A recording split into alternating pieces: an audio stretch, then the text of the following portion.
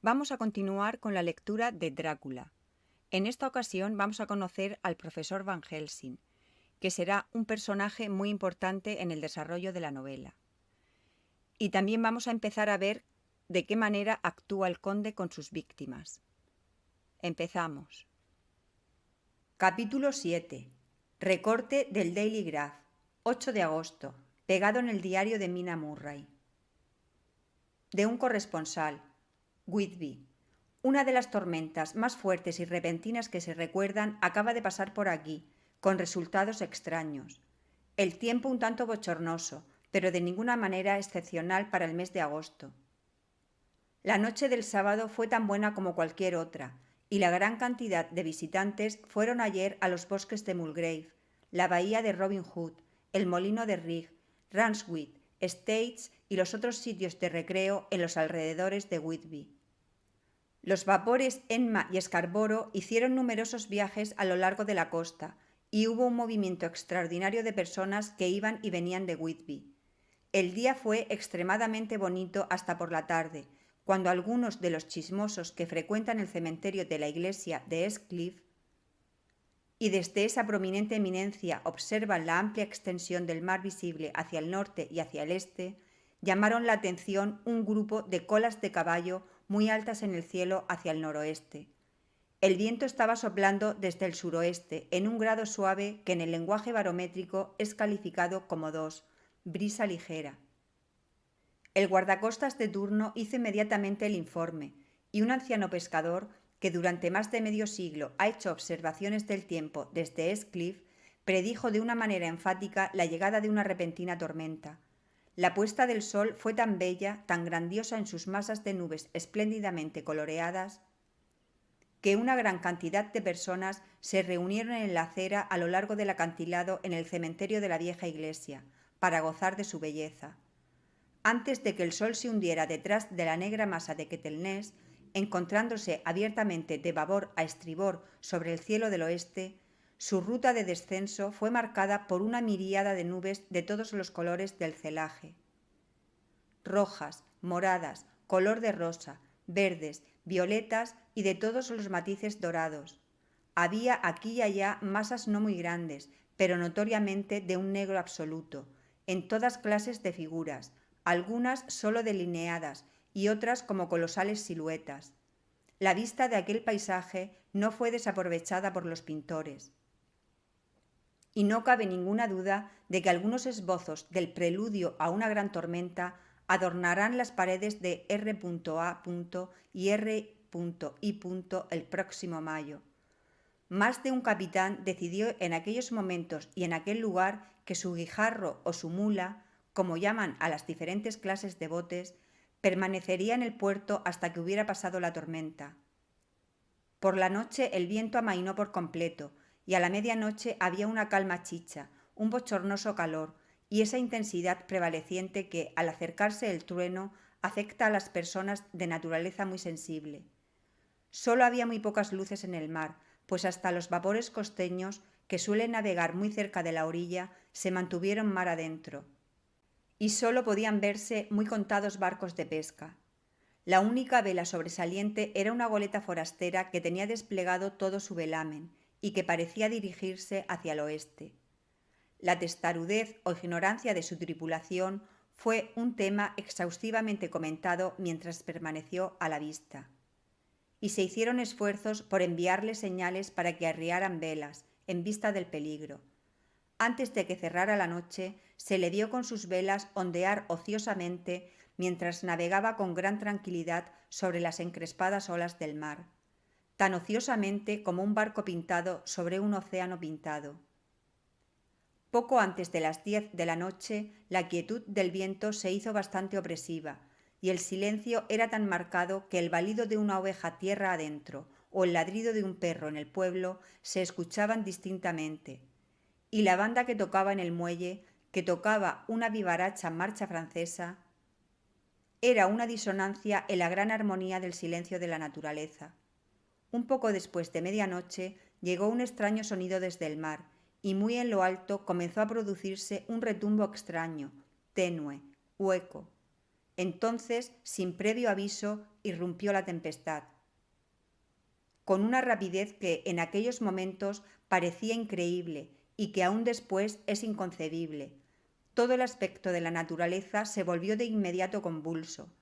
Las olas se elevaron creciendo con furia, cada una sobrepasando a su compañera, hasta que en muy pocos minutos el vidrioso mar de no hacía mucho tiempo estaba rugiendo y devorando como un monstruo.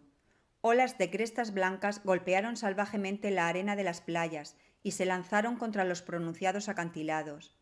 Otras se quebraron sobre los muelles y barrieron con su espuma las linternas de los faros que se levantaban en cada uno de los extremos de los muelles en el puerto de Whitby. El viento rugía como un trueno y soplaba con tal fuerza que les era difícil incluso a hombres fuertes mantenerse en pie o sujetarse con un desesperado abrazo de los puntales de acero. Fue necesario hacer que la masa de curiosos desalojara por completo los muelles, o de otra manera las desgracias de la noche habrían aumentado considerablemente.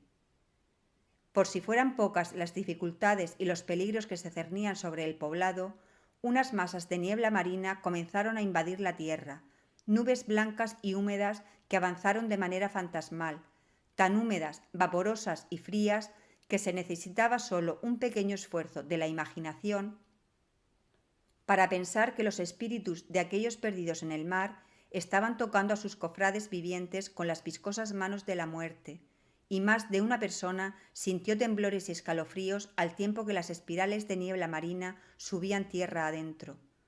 Por unos instantes la niebla se aclaraba y se podía ver el mar a alguna distancia, a la luz de los relámpagos, que ahora se sucedían frecuentemente seguidos por repentinos estrépitos de truenos, tan horrísonos que todo el cielo encima de uno parecía temblar bajo el golpe de la tormenta.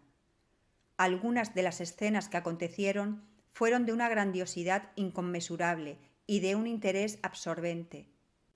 El mar, levantándose tan alto como las montañas, lanzaba al cielo grandes masas de espuma blanca, que la tempestad parecía coger y desperdigar por todo el espacio. Aquí y allí un bote pescador con las velas rasgadas, navegando desesperadamente en busca de refugio ante el peligro. De vez en cuando las blancas alas de una ave marina ondeaba por la tormenta.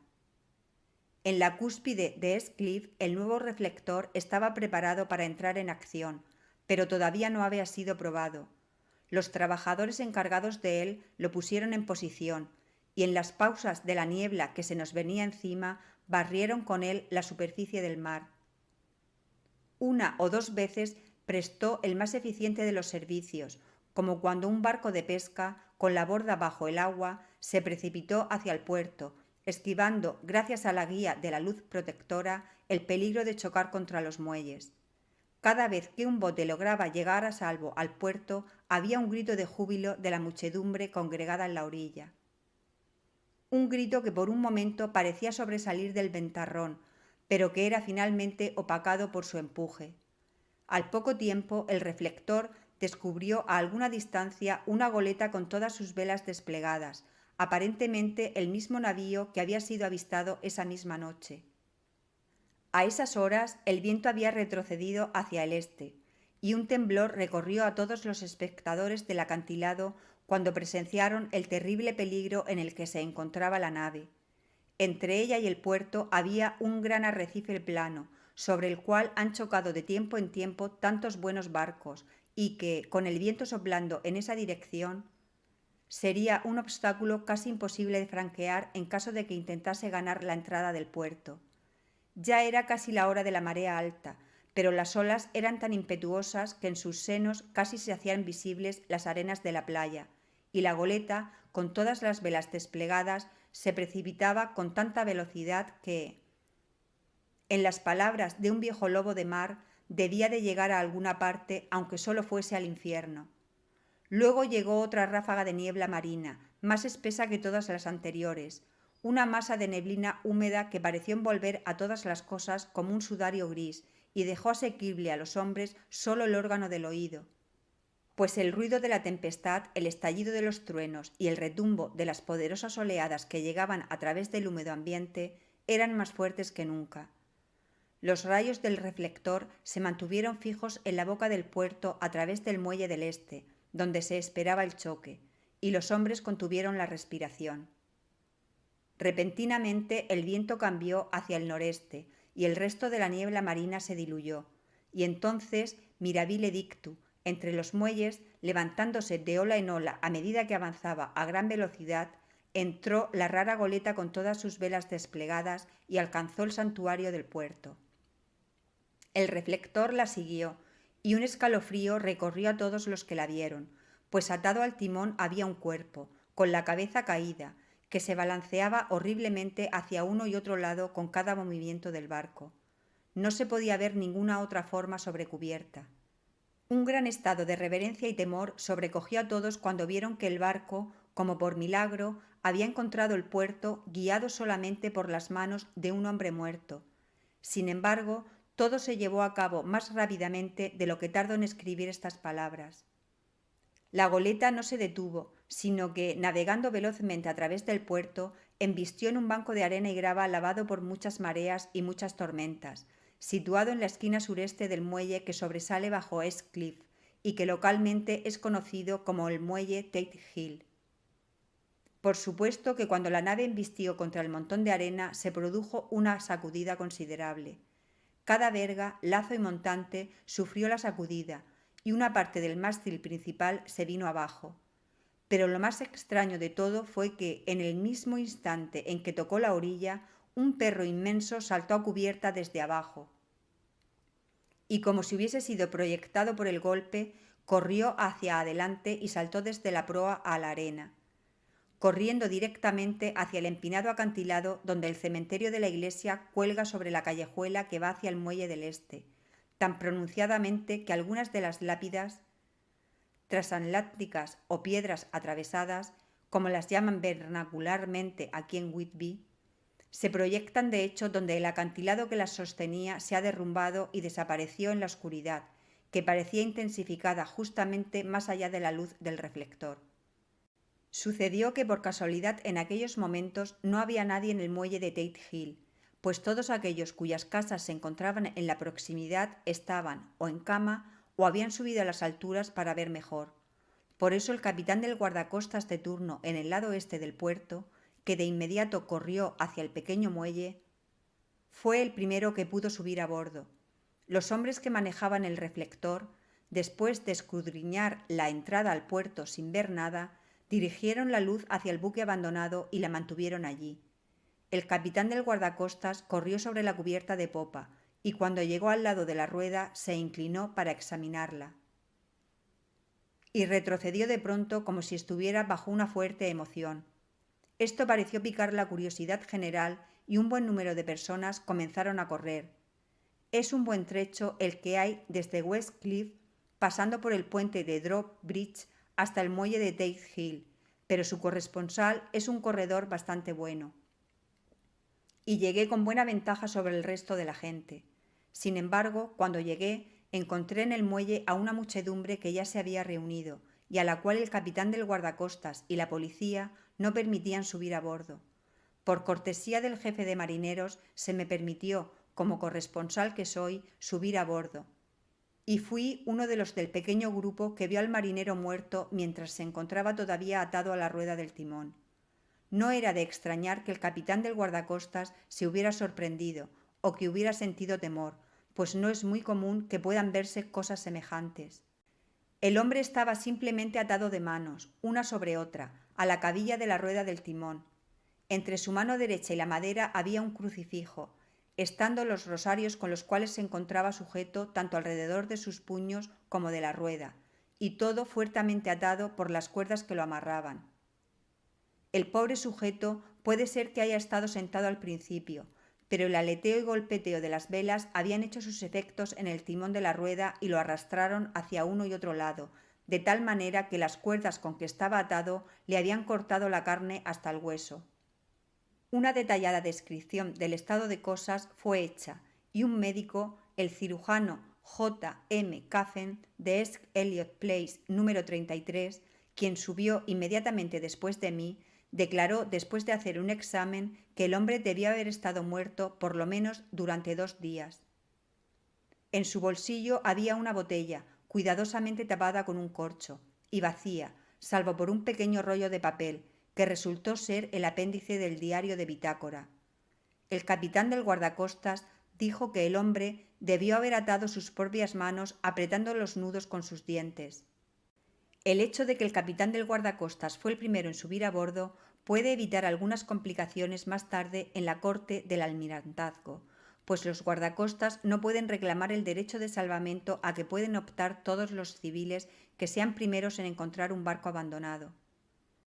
Sin embargo, los funcionarios legales ya se están moviendo y un joven estudiante de leyes está asegurando en altas y claras voces que los derechos del propietario ya están completamente sacrificados, siendo retenida su propiedad en contravención a los estatutos de manos muertas, ya que la caña del timón, como emblema, si no es prueba de posesión delegada, es considerada mano muerta.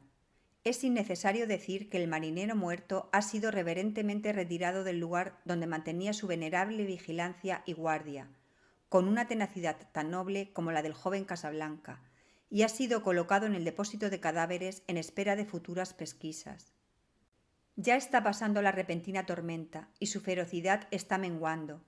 La gente se desperdiga en dirección a sus casas y el cielo está comenzando a enrojecer sobre la campiña de Yorkshire. Enviaré, a tiempo para su próxima edición, más detalles del barco abandonado que encontró tan milagrosamente la ruta hacia el puerto, en medio de la tormenta. 9 de agosto. La secuela al extraño arribo del barco abandonado en la tormenta de anoche es casi más asombrosa que el hecho mismo. Resulta que la goleta es rusa, de Varna, y que es llamada Demetrio. Está llena casi enteramente de lastre de arena de plata, con solo una pequeña cantidad de carga. Muchas cajas grandes de madera llenas de tierra. Esta carga estaba consignada a un procurador de Whitby, el señor S. F. Billington, de la Creciente, número 7, quien esta mañana fue a bordo y tomó posesión formal de los bienes consignados a nombre de él. El cónsul ruso, también, actuando por el lado del embarque, tomó posesión formal del barco y pagó todos los impuestos portuarios, etc. No se habla de otra cosa aquí que de la extraña coincidencia. Los empleados del Ministerio de Comercio han sido exageradamente escrupulosos en ver que todos los trámites legales se cumplan, de acuerdo con las disposiciones vigentes. Como el asunto parece que va a ser un milagro de 9 días, están evidentemente determinados a que no exista causa para mayores complicaciones. Se ha notado bastante interés por el perro que saltó a tierra cuando el barco encalló, y más de un miembro de la APCA, que es muy fuerte aquí en Whitby, ha tratado de hacerse cargo del animal, pero para desconsuelo general no ha sido posible encontrarlo en ningún lado. Más bien parece que ha desaparecido por completo del pueblo. Muy bien puede ser que se encontrara aterrorizado y que haya corrido a refugiarse en los pantanos, donde posiblemente está todavía escondido. Hay algunos que miran con miedo esta última posibilidad, pues podría ser que después se convirtiera en un peligro, ya que evidentemente se trata de una bestia feroz. Temprano esta mañana, un perro grande, un mastín mestizo perteneciente a un comerciante de carbón cercano al muelle de Tate Hill, apareció muerto en el camino situado enfrente al patio de su dueño. Había estado peleando y manifiestamente tuvo a un oponente salvaje, pues tenía la garganta desgarrada y su vientre estaba abierto como por una garra salvaje. Más tarde, por amabilidad del inspector del Ministerio de Comercio, se me ha permitido que eche una mirada al cuaderno de bitácora del Demetrio, que está en orden hasta hace 3 días, pero que no contenía nada de especial interés, excepto lo relativo a los hechos de hombres desaparecidos. El mayor interés, sin embargo, se centra respecto al papel encontrado en la botella, que fue presentado hoy durante las averiguaciones, y puedo asegurar que un cuento más extraño como el que parece deducirse de ambas cosas nunca se ha atravesado en mi camino. Como no hay motivos para guardar secreto, se me permite que los use y le envíe a usted un relato detallado, omitiendo simplemente detalles técnicos de marinería y de sobrecargo. Casi parece como si el capitán hubiese sido sobrecogido por una especie de manía antes de que hubiesen llegado mar adentro. y que ésta se continuara desarrollando persistentemente a través del viaje. Por supuesto, mi aseveración debe ser tomada cum grano, porque estoy escribiendo según lo dictado por un empleado del cónsul ruso, quien amablemente traduce para mí, ya que hay poco tiempo. Cuaderno de bitácora del Demetrio, de Berna a Whitby, escrito el 18 de julio. Pasan cosas tan extrañas, de las que mantendré de aquí en adelante una detallada información hasta que lleguemos a tierra. El 6 de julio terminamos de embarcar el cargamento, arena de plata y cajas con tierra. Por la tarde zarpamos, viento del este, fresco. Tripulación, 5 manos, 2 oficiales, cocinero y yo, capitán. El 11 de julio, al amanecer, entramos al Bósforo. Subieron a bordo empleados turcos de la aduana, propinas, todo correcto. Reanudamos viaje a las 4 p.m. 12 de julio a través de los Dardanelos, más empleados de aduana y barco insignia del escuadrón de guardia. Otra vez propinas. El trabajo de los oficiales detallado, pero rápido. Querían deshacerse de nosotros con prontitud. Al anochecer pasamos al archipiélago. El 13 de julio pasamos Cabo Matapán. La tripulación se encuentra insatisfecha por algo. Parece asustada, pero no dice por qué. El 14 de julio estuve un tanto ansioso por la tripulación. Todos los hombres son de confianza y han navegado conmigo otras veces. El piloto tampoco pudo averiguar lo que sucede. Solo le dijeron que había algo y se persignaron. El piloto perdió los estribos con uno de ellos ese día y le dio un puñetazo. Esperaba una pelea feroz, pero todo está tranquilo. El 16 de julio el piloto informó en la mañana que uno de la tripulación, Petrovsky, ha desaparecido. No pudo dar más datos. Tomó guardia a babor a las 8 campanadas, anoche. Fue revelado por Abramov, pero no fue a acostarse a su litera. Los hombres, muy deprimidos, dijeron todos que ya esperaban algo parecido, pero no dijeron más sino que había algo a bordo. El piloto se está poniendo muy impaciente con ellos. Temo más incidentes enojosos más tarde. El 17 de julio, ayer, uno de los hombres, Olgarén, llegó a mi cabina y de una manera confidencial y temorosa me dijo que él pensaba que había un hombre extraño a bordo del barco. Me narró que en su guardia había estado escondido detrás de la cámara de cubierta, pues había lluvia de tormenta. Cuando vio a un hombre alto, delgado, que no se parecía a ninguno de la tripulación, subiendo la escalera de la cámara y caminando hacia adelante sobre cubierta, para luego desaparecer. Lo siguió cautelosamente, pero cuando llegó cerca de la proa no encontró a nadie, y todas las escotillas estaban cerradas. Le entró un miedo pánico supersticioso, y temo que ese pánico pueda contagiarse a los demás. Adelantándome, hoy haré que registren todo el barco cuidadosamente, de proa a popa.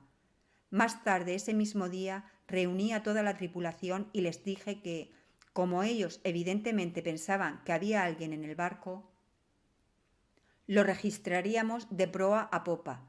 El primer oficial se enojó, dijo que era una tontería y que ceder ante tan tontas ideas desmoralizaría más a los hombres. Dijo que él se comprometía a mantenerlos en orden a punta de garrote. Lo dejé a él encargado del timón, mientras el resto comenzaba a buscar, manteniéndonos todos unos al lado de otros, con linternas. No dejamos una esquina sin registrar.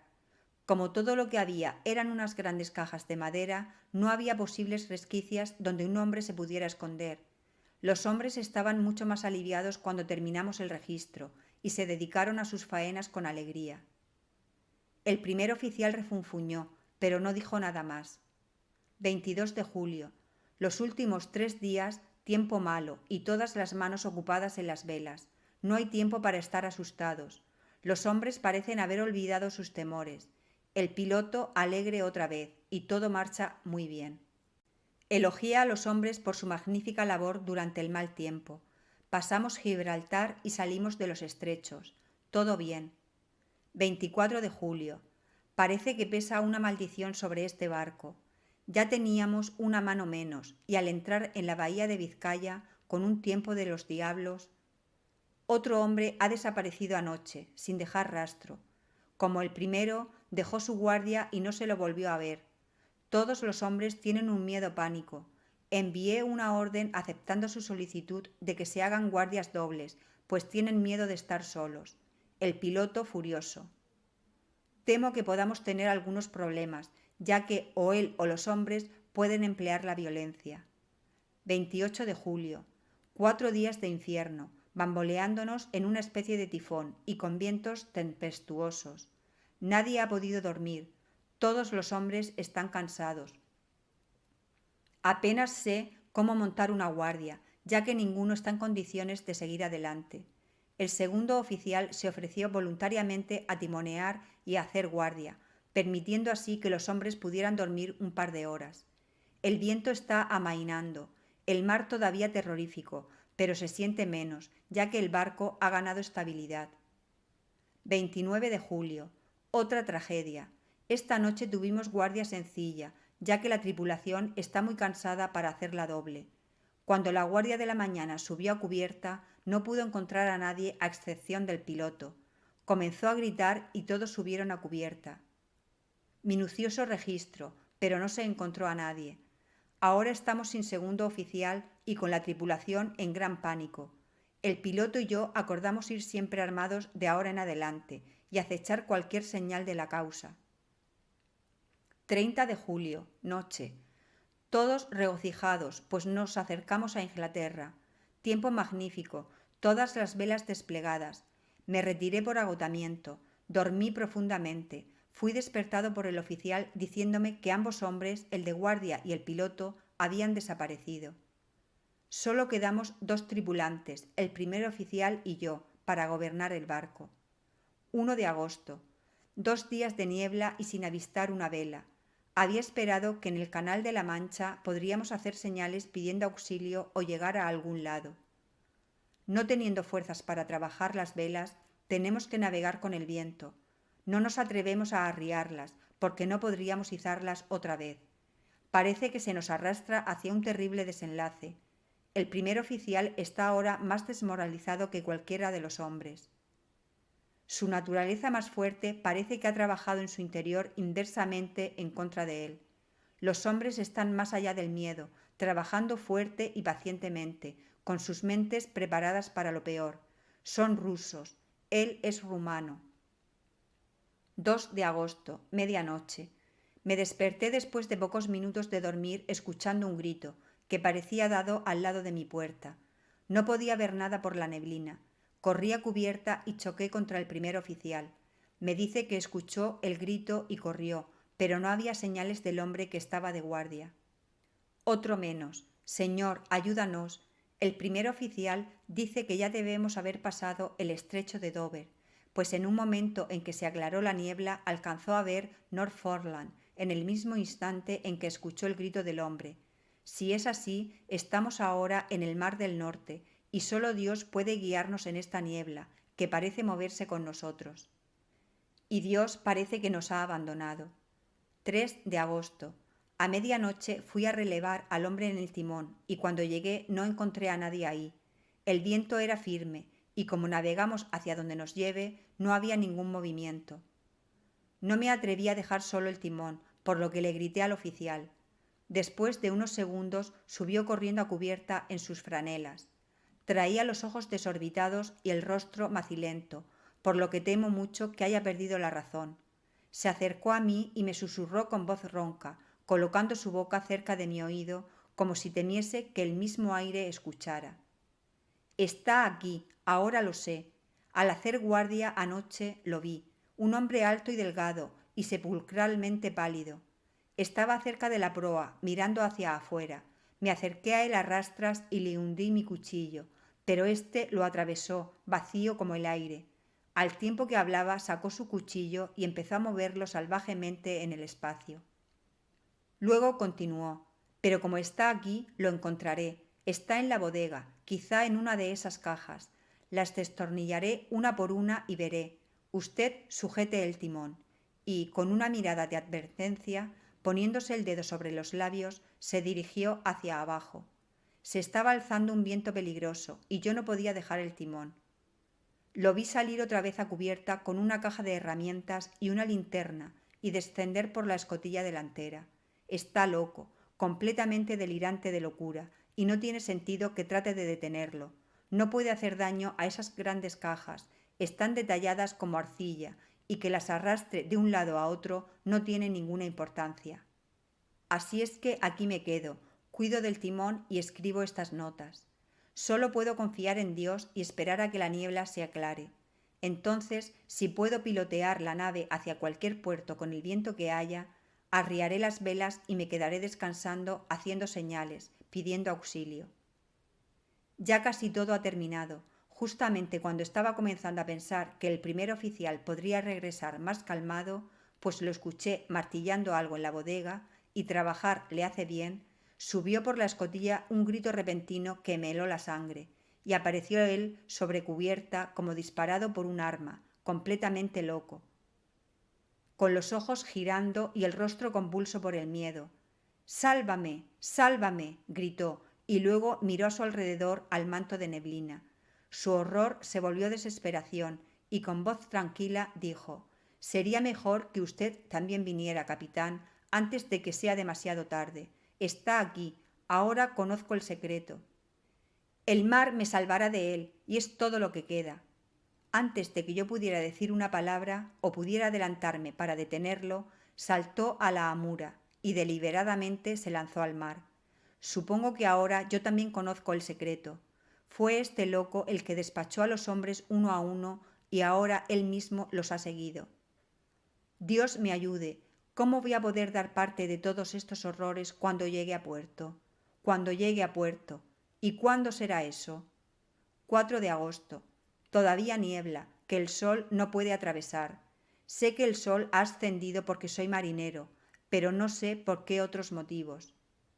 No me atrevo a ir abajo, no me atrevo a abandonar el timón, así es que pasé aquí toda la noche y en la velada oscuridad de la noche lo vi, a él. Dios me perdone, pero el oficial tuvo razón al saltar por la borda. Era mejor morir como un hombre. La muerte de un marinero en las azules aguas del mar no puede ser objetada por nadie. Pero yo soy el capitán y no puedo abandonar mi barco.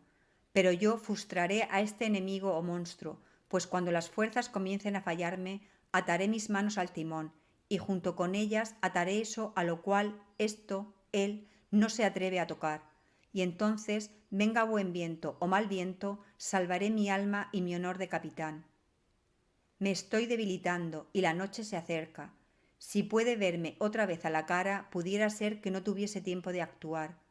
Si naufragamos, tal vez se encuentre esta botella, y aquellos que me encuentren comprenderán. Si no, bien, entonces todos los hombres sabrán que he sido fiel a mi juramento.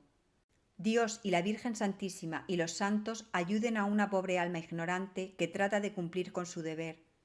Por supuesto, el veredicto fue de absolución. No hay evidencia que aducir.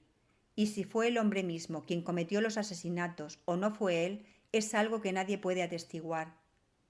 El pueblo aquí sostiene casi universalmente que el capitán es simplemente un héroe y se le va a enterrar con todos los honores.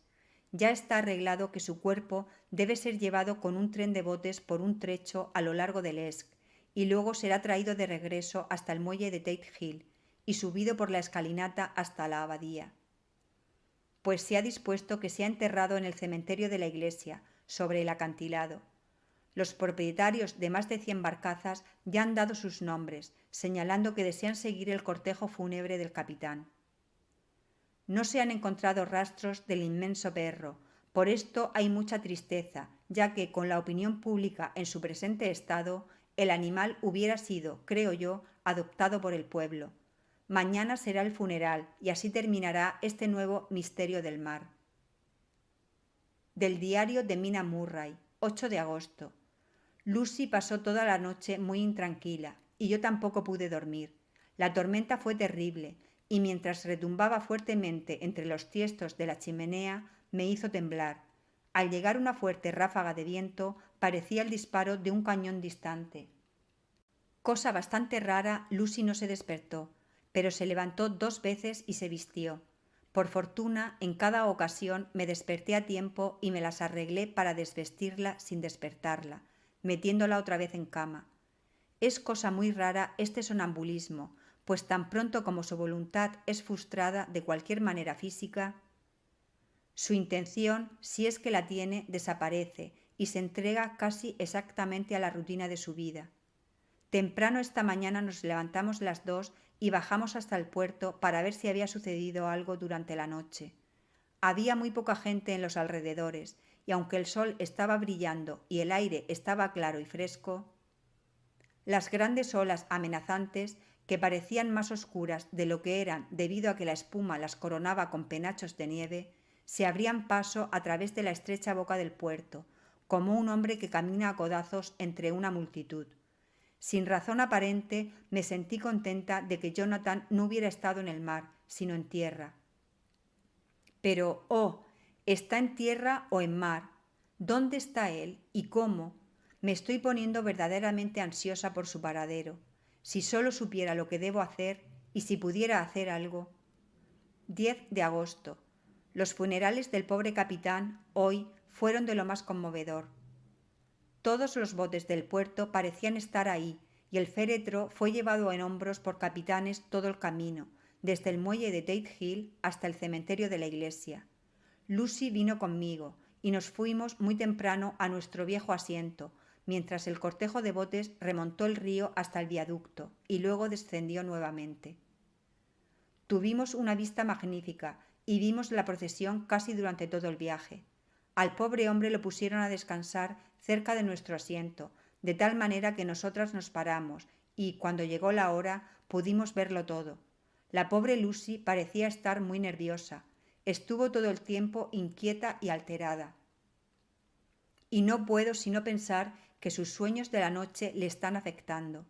Hay algo muy extraño. No quiere admitirme a mí que hay alguna causa para su desasosiego, o si hay alguna causa, ella misma no la comprende. Hay un motivo adicional en el hecho de que el pobre anciano, el señor Sales, fue encontrado muerto esta mañana en nuestro asiento, con la nuca quebrada. Evidentemente, como dijo el médico, cayó de espaldas sobre el asiento, presa de miedo, pues en su rostro había una mirada de temor y horror que los hombres decían los hacía temblar. Pobre querido anciano, quizá ha visto a la muerte con sus ojos moribundos. Lucy es tan dulce y siente las influencias más agudamente que otra gente. Ahora mismo está muy excitada por un pequeño detalle al que yo no le presté mucha atención, aunque yo misma quiero mucho a los animales. Uno de los hombres que siempre subía aquí para mirar los botes era seguido por su perro. El perro siempre estaba con él. Los dos son muy tranquilos y yo nunca vi al hombre enojado, ni escuché que el perro ladrara. Durante el servicio el perro no quiso acercarse a su dueño, que estaba sobre el asiento con nosotras, sino que se mantuvo a unos cuantos metros de distancia y ladrando y aullando.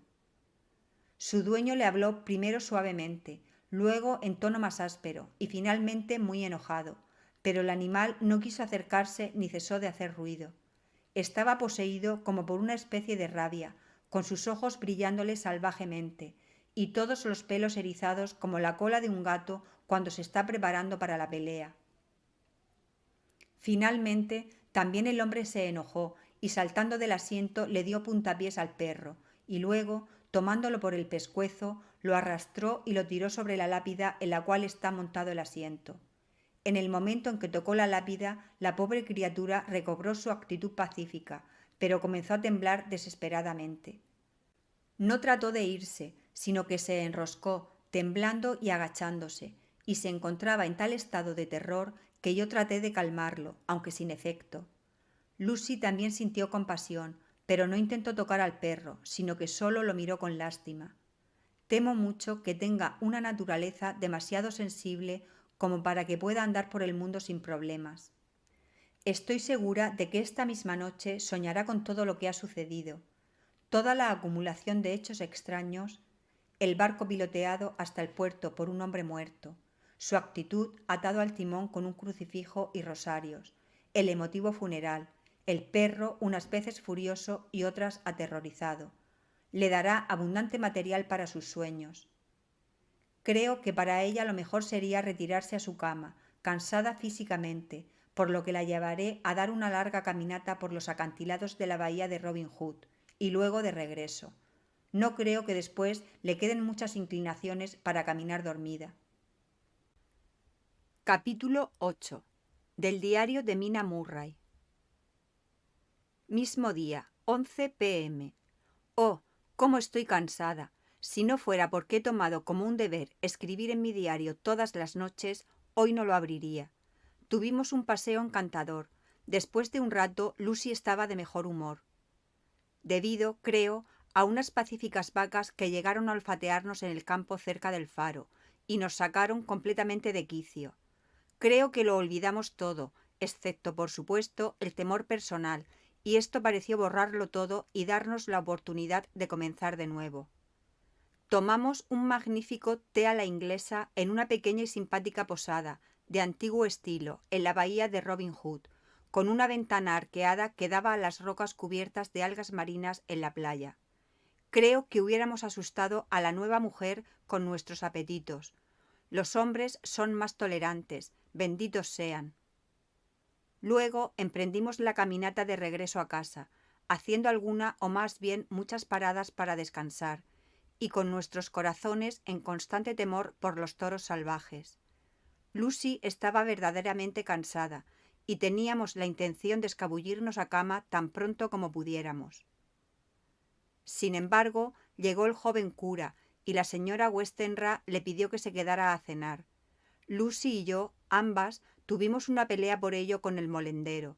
Yo sé que de mi parte fue una pelea muy dura, y soy bastante heroica. Creo que algún día los obispos deben reunirse y ver cómo crían una nueva clase de curas. Que no acepten a quedarse a cenar, sin importar cuánto se insista, y que sepan cuándo las muchachas están cansadas. Lucy está dormida y respira suavemente. Tiene más color en las mejillas que otras veces, y su aspecto es tan dulce. Si el señor Holgun se enamoró de ella viéndola solamente en la sala, me pregunto qué diría si pudiera verla ahora. Algunas de las escritoras de la nueva mujer pondrían en práctica algún día la idea de que los hombres y las mujeres deben poder verse primero durmiendo antes de hacer proposiciones o aceptar. Pero yo supongo que la nueva mujer no condescenderá en el futuro a aceptar. Ella misma hará la propuesta por su cuenta. Y bonito va a ser el trabajo que tendrá. En esto hay alguna consolación. Esta noche estoy muy contenta porque mi querida Lucy parece estar bastante mejor. Realmente creo que ya ha doblado la esquina y que los problemas motivados por su sonambulismo han sido superados. Estaría completamente feliz con solo tener noticias de Jonathan. Dios lo bendiga y lo guarde. 11 de agosto, 3 a.m. No tengo sueño, por lo que mejor será que escriba. Estoy demasiado agitada para poder dormir. Hemos tenido una aventura extraordinaria, una experiencia muy dolorosa. Me quedé dormida tan pronto como cerré mi diario. Repentinamente desperté del todo y me senté, con una terrible sensación de miedo en todo el cuerpo, con un sentimiento de vacío alrededor de mí. El cuarto estaba a oscuras, por lo que no podía ver la cama de Lucy. Me acerqué a ella y la busqué a tientas. La cama estaba vacía. Encendí un fósforo y descubrí que ella no estaba en el cuarto. La puerta estaba cerrada, pero no con llave como yo la había dejado. Temí despertar a su madre, que últimamente ha estado bastante enferma, por lo que me puse alguna ropa y me apresté a buscarla. En el instante en que dejaba el cuarto, se me ocurrió que las ropas que ella llevara puestas me podrían dar alguna pista de sus sonámbulas intenciones. La bata significaría la casa, un vestido la calle. Pero tanto la bata como sus vestidos estaban en su lugar. Dios mío, me dije a mí misma, no puede estar lejos, ya que solo lleva su camisón de dormir. Bajé corriendo las escaleras y miré en la sala. No estaba allí. Entonces busqué en los otros cuartos abiertos de la casa, con un frío temor siempre creciente en mi corazón. Finalmente llegué a la puerta del corredor y la encontré abierta. No estaba abierta del todo, pero el pestillo de la cerradura no estaba corrido. La gente de la casa siempre es muy cuidadosa al cerrar la puerta todas las noches, por lo que temí que Lucy se hubiera ido tal como andaba. No había tiempo para pensar en lo que pudiera ocurrir. Un miedo vago, invencible, oscureció todos los detalles. Tomé un chal grande y pesado y corrí hacia afuera. El reloj estaba dando la 1 cuando estaba en la creciente y no había ni un alma a la vista. Corrí a lo largo de la terraza norte, pero no pude ver señales de la blanca figura que esperaba encontrar. Al borde de Westcliff, sobre el muelle, miré a través del puerto hacia Eastcliff, con la esperanza o el temor, no sé cuál, de ver a Lucy en nuestro asiento favorito. Había una luna llena, brillante, con rápidas nubes negras y pesadas, que daban a toda la escena una diorama de luz y sombra a medida que cruzaban navegando. Por unos instantes no pude ver nada, pues la sombra de una nube oscurecía la iglesia de Santa María y todo su alrededor. Luego, al pasar la nube, pude ver las ruinas de la abadía que se hacían visibles, y cuando una estrecha franja de luz tan aguda como filo de espada pasó a lo largo, pude ver a la iglesia y el cementerio de la iglesia aparecer dentro del campo de luz. Cualquiera que haya sido mi expectación, no fue defraudada, pues allí, en nuestro asiento, la plateada luz de la luna iluminó una figura a medias reclinada, blanca como la nieve. La llegada de la nube fue demasiado rápida para mí y no me permitió ver mucho, pues las sombras cayeron sobre la luz casi de inmediato. Pero me pareció como si algo oscuro estuviera detrás del asiento donde brillaba la figura blanca y se inclinaba sobre ella. Si era hombre o bestia es algo que no puedo decir. No esperé a poder echar otra mirada, sino que descendí corriendo las gradas hasta el muelle y me apresuré a través del mercado de pescado hasta el puente, que era el único camino por el cual se podía llegar a Eastcliff. El pueblo parecía muerto, pues no había un alma por todo el lugar. Me regocijó de que fuera así, ya que no deseaba ningún testigo de la pobre condición en que se encontraba Lucy. El tiempo y la distancia parecían infinitos, y mis rodillas temblaban y mi respiración se hizo fatigosa mientras subía afanosamente las interminables gradas de la abadía. Debo haber corrido rápido, y sin embargo, a mí me parecía que mis pies estaban cargados de plomo, y como si cada coyuntura de mi cuerpo estuviera enmohecida. Cuando casi había llegado arriba, pude ver el asiento y la blanca figura, pues ahora ya estaba lo suficientemente cerca como para distinguirla incluso a través del manto de sombras. Indudablemente había algo, largo y negro, inclinándose sobre la blanca figura medio reclinada. Llena de miedo, grité: «¡Lucy! ¡Lucy!», y algo levantó una cabeza, y desde donde estaba pude ver un rostro blanco de ojos rojos y relucientes. Lucy no me respondió, y yo corrí hacia la entrada del cementerio de la iglesia. Al tiempo que entraba, la iglesia quedó situada entre yo y el asiento, y por un minuto la perdí de vista. Cuando la divisé nuevamente, la nube ya había pasado, y la luz de la luna iluminaba el lugar tan brillantemente que pude ver a Lucy medio reclinada con su cabeza descansando sobre el respaldo del asiento. Estaba completamente sola, y por ningún lado se veían señales de seres vivientes. Cuando me incliné sobre ella pude ver que todavía dormía. Sus labios estaban abiertos, y ella estaba respirando, pero no con la suavidad acostumbrada, sino a grandes y pesadas boqueadas, como si tratara de llenar plenamente sus pulmones a cada respiro. Al acercarme, subió la mano y tiró del cuello de su camisón de dormir, como si sintiera frío. Sin embargo, siguió dormida. Yo puse el caliente chal sobre sus hombros, amarrándole fuertemente las puntas alrededor del cuello, pues temía mucho que fuese a tomar un mortal resfrío del aire de la noche, así casi desnuda como estaba. Temí despertarla de golpe, por lo que, para poder tener mis manos libres para ayudarla, le sujeté el chal cerca de la garganta con un imperdible de gran tamaño, pero en mi ansiedad debo haber obrado torpemente y la pinché con él, porque al poco rato, cuando su respiración se hizo más regular, se llevó otra vez la mano a la garganta y gimió. Una vez que la hube envuelto cuidadosamente, puse mis zapatos en sus pies y comencé a despertarla con mucha suavidad. En un principio no respondía, pero gradualmente se volvió más y más inquieta en su sueño, gimiendo y suspirando ocasionalmente. Por fin ya que el tiempo pasaba rápidamente y, por muchas otras razones, yo deseaba llevarla a casa de inmediato. La zarandeé con más fuerza, hasta que finalmente abrió los ojos y despertó. No pareció sorprendida de verme, ya que, por supuesto, no se dio cuenta de inmediato de en dónde nos encontrábamos. Lucy se despierta siempre con bella expresión, e incluso en aquellos momentos en que su cuerpo debía estar traspasado por el frío y su mente espantada al saber que había caminado semidesnuda por el cementerio en la noche, no pareció perder su gracia. Tembló un poco y me abrazó fuertemente. Cuando le dije que viniera de inmediato conmigo de regreso a casa, se levantó sin decir palabra y me obedeció como una niña. Al comenzar a caminar, la grava me lastimó los pies y Lucy notó mi salto. Se detuvo y quería insistir en que me pusiera mis zapatos, pero yo me negué. Sin embargo, cuando salimos al sendero afuera del cementerio, donde había un charco de agua, remanente de la tormenta, me unté los pies con lodo usando cada vez un pie sobre el otro, para que al ir a casa nadie, en caso de que encontráramos a alguien, pudiera notar mis pies descalzos. La fortuna nos favoreció y llegamos a casa sin encontrar un alma. En una ocasión vimos a un hombre, que no parecía estar del todo sobrio, cruzándose por una calle enfrente de nosotros, pero nos escondimos detrás de una puerta hasta que desapareció por un campo abierto como los que abundan por aquí, pequeños atrios inclinados, o wynds, como los llaman en Escocia. Durante todo este tiempo mi corazón palpitó tan fuertemente que por momentos pensé que me desmayaría.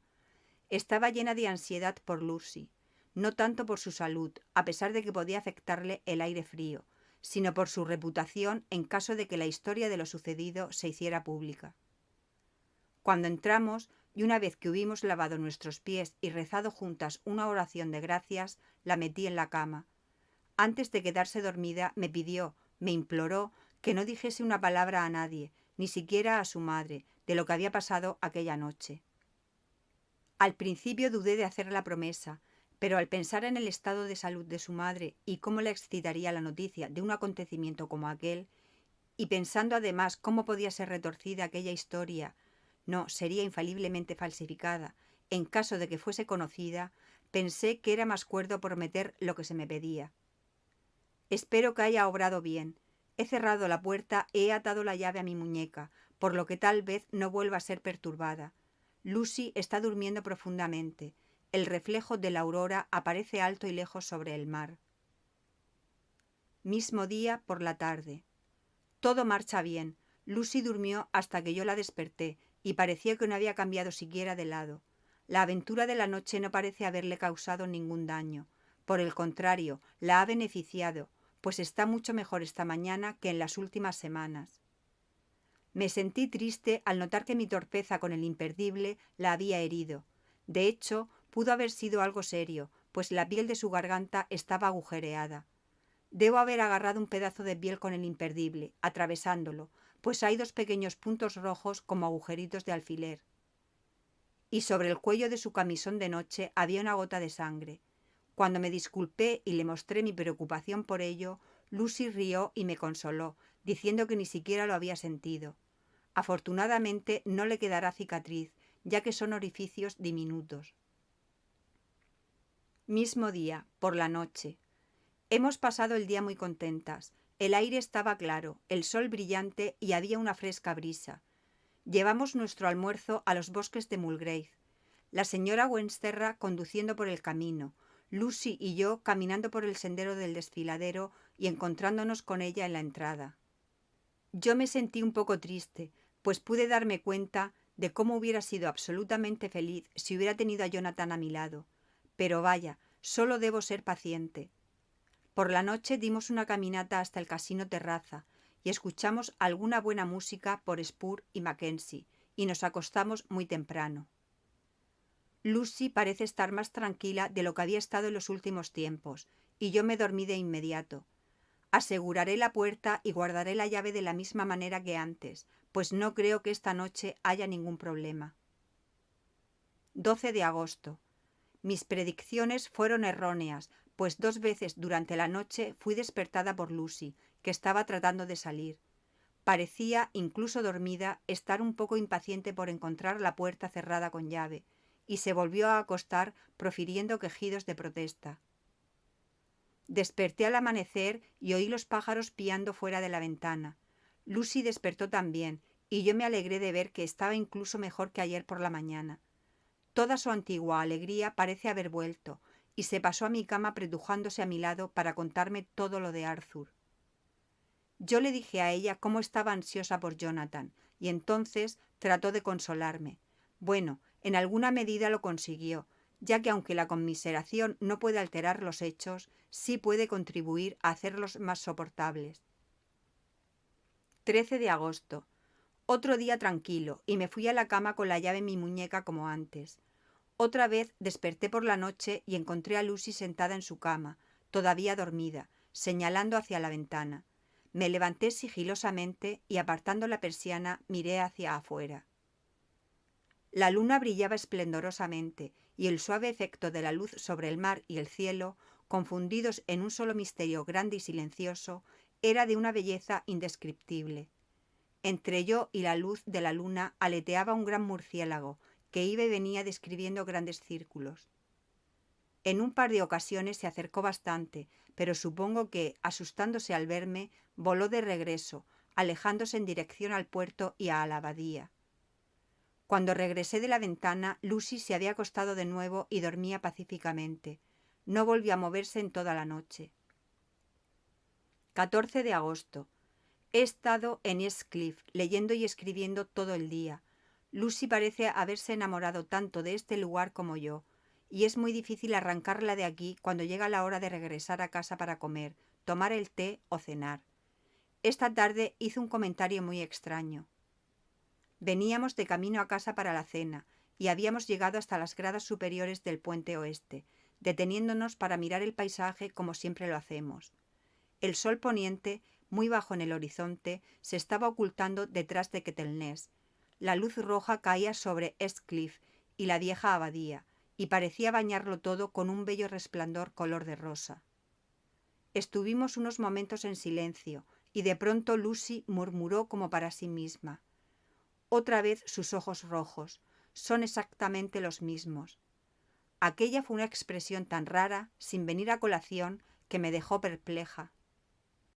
Me aparté un poco, lo suficiente para ver a Lucy bien sin parecer estar mirándola, y vi que estaba en un estado de duermevela, con una expresión tan rara en el rostro que no pude descifrar. Por eso no dije nada, pero seguí sus ojos. Parecía estar mirando nuestro propio asiento, donde en aquellos instantes estaba sentada una oscura y solitaria figura. Yo misma me sentí un poco inquieta, pues por unos momentos pareció que aquel desconocido tenía grandes ojos como llamas fulgurantes, pero una segunda mirada disipó la ilusión. La roja luz del sol estaba brillando sobre las ventanas de la iglesia de Santa María, situada detrás de nuestro asiento. Y al ponerse el sol había justamente suficiente cambio en la refracción y reflexión de la luz como para dar la apariencia de que la luz se movía. Llamé la atención de Lucy hacia ese efecto peculiar, y ella pareció volver en sí con un sobresalto, aunque al mismo tiempo pareció muy triste. Es posible que estuviera pensando en la terrible noche que había pasado allá arriba. Nunca hablamos de ella, por eso no dije nada, y nos fuimos a casa a cenar. Lucy tenía dolor de cabeza y se acostó temprano. Cuando la vi dormida, salí a dar un pequeño paseo yo sola. Caminé a lo largo de los acantilados situados al oeste, y estaba llena de una dulce tristeza, pues pensaba en Jonathan. Al regresar a casa, la luz de la luna brillaba intensamente, tan intensamente que, aunque el frente de nuestra parte de la creciente estaba en la sombra, todo podía verse distintamente. Eché una mirada a nuestra ventana y vi la cabeza de Lucy reclinándose hacia afuera. Pensé que quizá estaba en espera de mi regreso, por lo que abrí mi pañuelo y lo agité. Sin embargo, ella no lo notó, no hizo ningún movimiento. En esos momentos, la luz de la luna se arrastró alrededor de un ángulo del edificio, y sus rayos cayeron sobre la ventana. Allí estaba Lucy, con la cabeza reclinada contra el lado del antepecho de la ventana, y con los ojos cerrados. Estaba profundamente dormida, y a su lado, posado en el antepecho de la ventana, había algo que parecía ser un pájaro de regular tamaño. Sentí temor de que pudiera resfriarse, por lo que corrí escaleras arriba, pero cuando llegué al cuarto, ella ya iba de regreso a su cama, profundamente dormida y respirando pesadamente. Se llevaba la mano al cuello, como si lo protegiera del frío. No la desperté, sino que la arropé lo mejor que pude. Comprobé que la puerta estuviera bien cerrada y la ventana también. Es tan dulce cuando duerme. Pero está más pálida que de costumbre, y en sus ojos hay una mirada cansada, macilenta, que no me agrada. Temo que esté inquieta por algo. Desearía averiguar qué es. 15 de agosto. Me levanté más tarde que de costumbre. Lucy está lánguida y cansada, y durmió hasta después de que habíamos sido llamadas. En el desayuno tuvimos una grata sorpresa. El padre de Arthur está mejorando y quiere que el casamiento se efectúe lo más pronto posible. Lucy está llena de callado regocijo, y su madre está a la vez alegre y triste. Más tarde me dijo la causa. Está melancólica por tener que perder a Lucy, pero le alegra que pronto ella vaya a tener a alguien que la proteja. Pobre señora, tan querida y dulce, me hizo la confidencia de que ya pronto morirá. No le he dicho nada a Lucy y me hizo prometer guardar el secreto. Su médico le ha dicho que dentro de unos meses, a lo sumo, va a morir, pues su corazón se está debilitando. En cualquier momento, incluso ahora, una impresión repentina le produciría casi seguramente la muerte. Ah, hicimos bien en no contarle lo ocurrido aquella terrible noche de sonambulismo de Lucy. 17 de agosto. No he escrito nada durante 2 días seguidos. No he tenido ganas de hacerlo. Una especie de oscuro sino parece estarse cirniendo sobre nuestra felicidad. Ninguna noticia de Jonathan, y Lucy parece estar cada vez más débil, mientras las horas de su madre se están acercando al desenlace final. No comprendo cómo Lucy se está apagando como lo hace. Come bien y duerme bien, y goza del aire fresco, pero todo el tiempo las rosas en sus mejillas están marchitándose, y día a día se vuelve más débil y más lánguida. Por las noches la escucho boqueando como si le faltara el aire. Siempre tengo la llave de la puerta atada a mi puño durante la noche, pero ella se levanta y camina de un lado a otro del cuarto y se sienta ante la abierta ventana. Anoche la encontré reclinándose hacia afuera, y cuando traté de despertarla no pude. Estaba desmayada. Cuando conseguí hacer que volviera en sí, estaba sumamente débil y lloraba quedamente entre largos y dolorosos esfuerzos por aspirar aire. Cuando le pregunté cómo había podido ir hacia la ventana, sacudió la cabeza y la volvió hacia el otro lado de la almohada. Espero que su enfermedad no se deba a ese malhadado piquete de alfiler. Observé su garganta una vez que se hubo dormido, y las punturas no parecían haber sanado. Todavía están abiertas las cicatrices, e incluso más anchas que antes. Sus bordes aparecen blanquecinos, como pequeñas manchas blancas con centros rojos.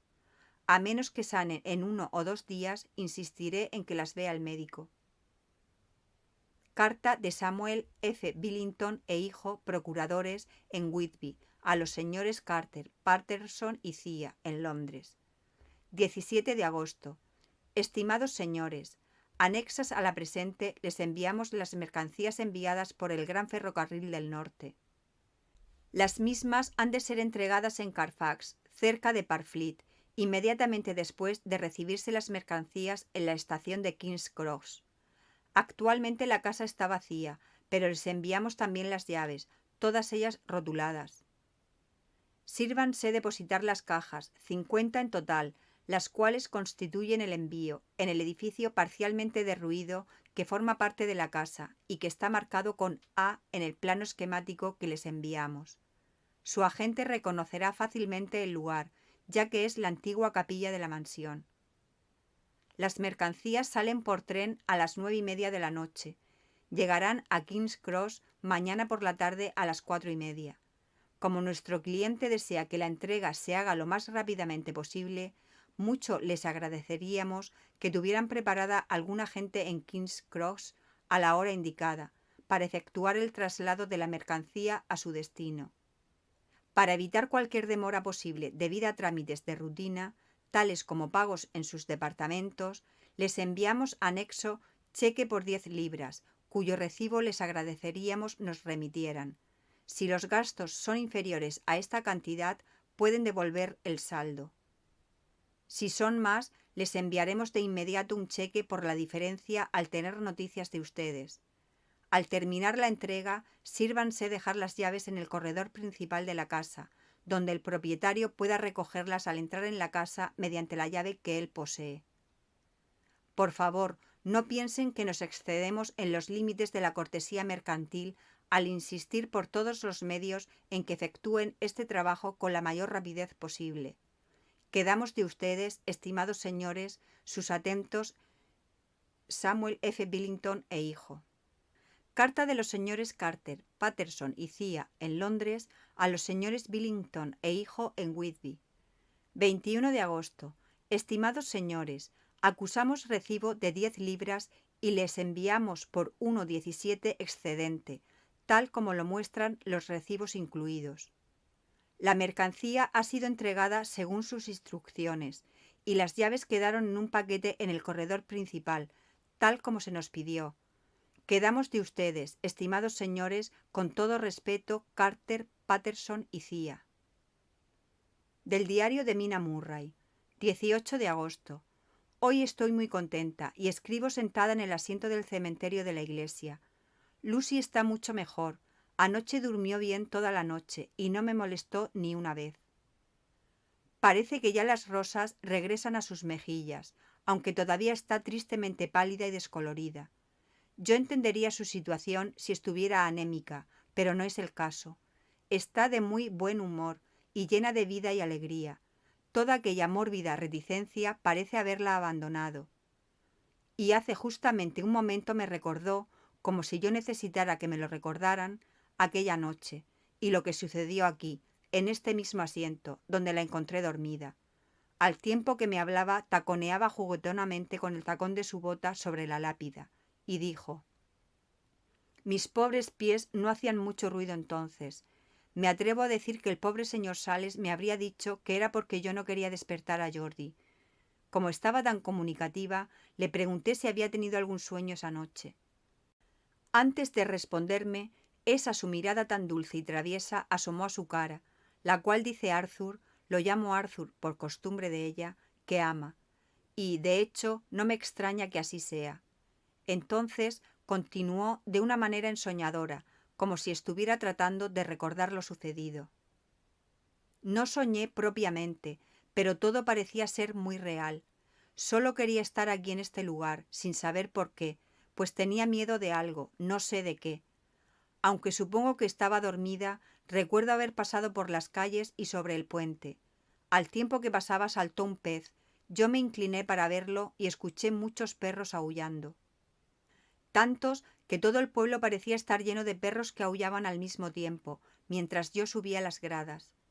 Luego tuve una vaga sensación de algo largo y oscuro con ojos rojos, semejante a lo que vimos en aquella puesta de sol, y de pronto me rodeó algo muy dulce y muy amargo a la vez.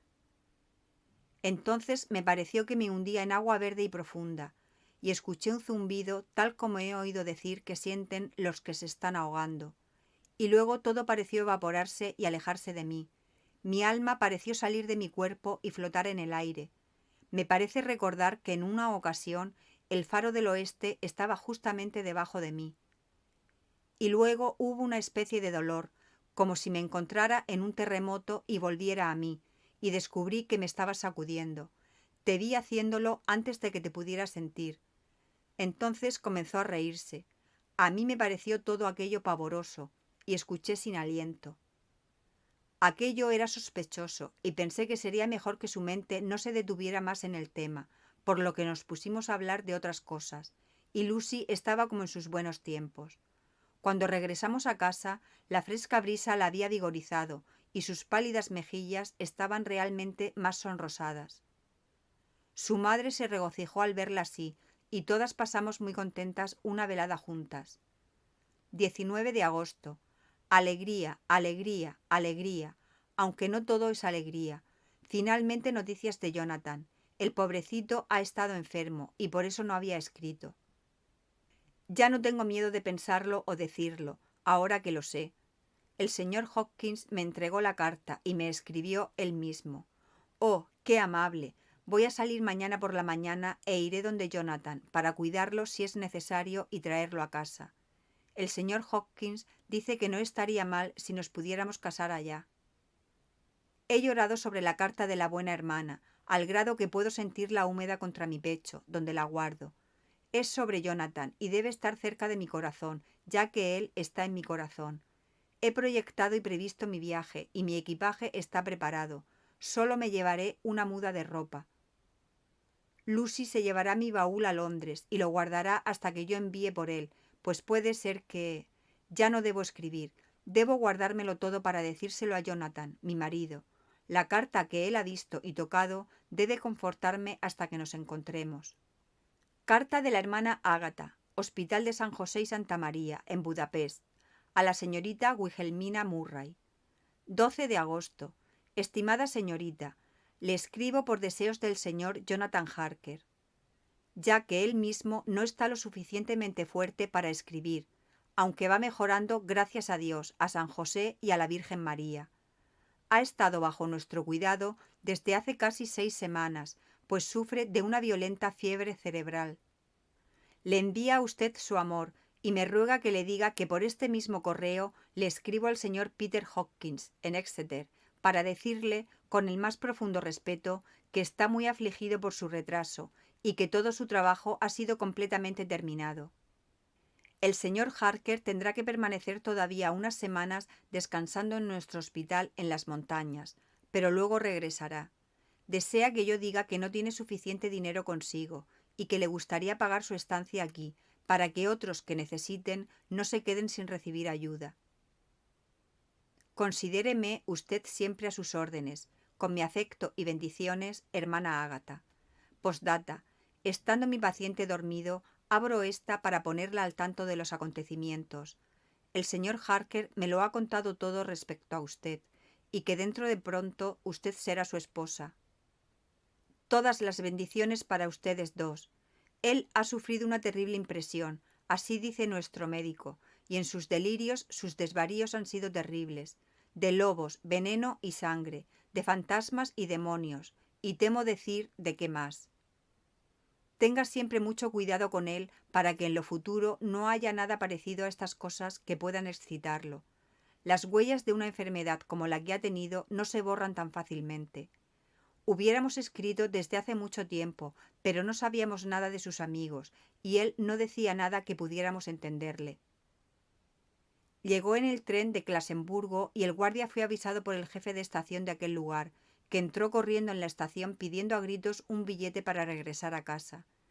Viendo por sus violentos gestos que se trataba de un inglés, le dieron un billete para la estación más lejana en esta dirección, a la que llega el tren.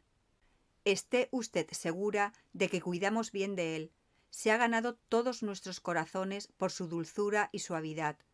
Verdaderamente está mejorando, y no tengo ya ninguna duda de que dentro de pocas semanas estará completamente repuesto. Pero por amor a la seguridad, cuide bien de él. Seguramente que hay, así le pido a Dios y a San José y a Santa María, muchos, muchos felices años para ustedes dos. Del diario del doctor Seward, 19 de agosto. Extraños y repentinos cambios en Renfield anoche. Cerca de las 8 comenzó a ponerse inquieto y a olfatear por todos lados, como un perro cuando anda de caza. Generalmente es muy respetuoso con mi ayudante y a veces hasta servil, pero anoche, me ha dicho el hombre, se comportó en forma bastante arrogante. Por nada de este mundo quiso condescender a hablar con él. Todo lo que dijo fue: «No quiero hablar con usted. Usted ya no cuenta ahora. El patrón está cerca». Mi ayudante cree que es alguna repentina forma de manía religiosa la que se ha apoderado de él. Si es así, debemos de estar alerta ante borrascas, pues un hombre fuerte, con manías homicidas y religiosas al mismo tiempo, puede ser peligroso. A las 9 de la noche yo mismo lo visité. Su actitud conmigo fue la misma que con mi ayudante. En su extremo repliegue sobre sí mismo, la diferencia entre mi persona y la de mi ayudante le parece nula. Me parece que es una manía religiosa. Dentro de muy poco pensará que es el propio Dios. Las infinitesimales distinciones entre un hombre y otro hombre son demasiado mezquinas para un ser omnipotente. ¿Cómo pueden llegar a exaltarse estos locos? El verdadero Dios pone atención hasta cuando se cae un gorrión. pero el Dios creado por la vanidad humana no ve diferencia alguna entre un águila y un gorrión. Oh, si los hombres por lo menos supieran. Durante media hora o más, Renfield se estuvo poniendo cada vez más excitado. Aparenté no estar observándolo, pero mantuve una estricta vigilancia sobre todo lo que hacía. De pronto apareció en sus ojos esa turbia mirada que siempre vemos cuando un loco ha captado una idea. Y con ella ese movimiento sesgado de la cabeza y la espalda que los médicos llegan a conocer tan bien. Se volvió bastante calmado y fue y se sentó en la orilla de su cama resignadamente, mirando al espacio vacío con los ojos opacos. Pensé que averiguaría si su apatía era real o solo fingida. Y traté de llevarlo a una conversación acerca de sus animales, tema que nunca había dejado de llamarle la atención. Al principio no me respondió, pero finalmente dijo, con visible mal humor: «¿Quién se preocupa por ellos? Me importan un comino». «¿Cómo?», dije yo. «¿Acaso ya no le interesan las arañas?». Las arañas son de momento su mayor entretenimiento y su libreta se está llenando con columnas de pequeños números. A esto me respondió enigmáticamente: «Las madrinas de la boda regocijan sus ojos, que esperan la llegada de la novia, pero cuando la novia se va a acostar, entonces las madrinas no relucen a los ojos que están llenos». No quiso dar ninguna explicación de lo dicho, sino que permaneció obstinadamente sentado en la cama todo el tiempo que estuve con él. Esta noche estoy bastante cansado y desanimado. No puedo dejar de pensar en Lucy y de cómo hubiesen sido las cosas diferentes. Si no duermo de inmediato, Cloral, el moderno Morfeo. Debo tener mucho cuidado para no habituarme a él. No, no tomaré nada esta noche. He pensado en Lucy y no la deshonraré a ella mezclándola con lo otro. Si así tiene que ser, pasaré la noche en vela. Más tarde. Estoy contento de haber tomado esa resolución, más contento aún de haberla realizado. Había estado dando vueltas en la cama durante algún tiempo, y solo había escuchado al reloj dar 2 veces la hora cuando el guardia de turno vino a verme, enviado por mi asistente, para decirme que Renfield se había escapado. Me vestí y bajé corriendo inmediatamente. Mi paciente es una persona demasiado peligrosa como para que ande suelta. Esas ideas que tiene pueden trabajar peligrosamente frente a extraños. El asistente me estaba esperando. Me dijo que lo había visto hacía menos de 10 minutos, aparentemente dormido sobre su cama, cuando miró a través de la rendija de observación en la puerta. Luego su atención fue atraída por el ruido de una ventana que estaba siendo desencajada. Corrió de regreso y vio que sus pies desaparecían a través de la ventana, y entonces envió rápidamente al guardia a que me llamara. Renfield estaba solo con su ropa de noche, por lo que no debía andar muy lejos. El asistente pensó que sería más útil mirar hacia donde iba que perseguirlo, ya que podía perderlo de vista mientras daba vuelta para salir por la puerta del edificio. Era un hombre corpulento y no podía salir por la ventana. Yo soy delgado, así es que con su ayuda salí, pero con los pies primero, y como solo nos encontrábamos a unos cuantos pies sobre la tierra, caí sin lastimarme. El asistente me dijo que el paciente había corrido hacia la izquierda y había desaparecido en línea recta, por lo que yo me apresuré en la misma dirección lo más velozmente que pude.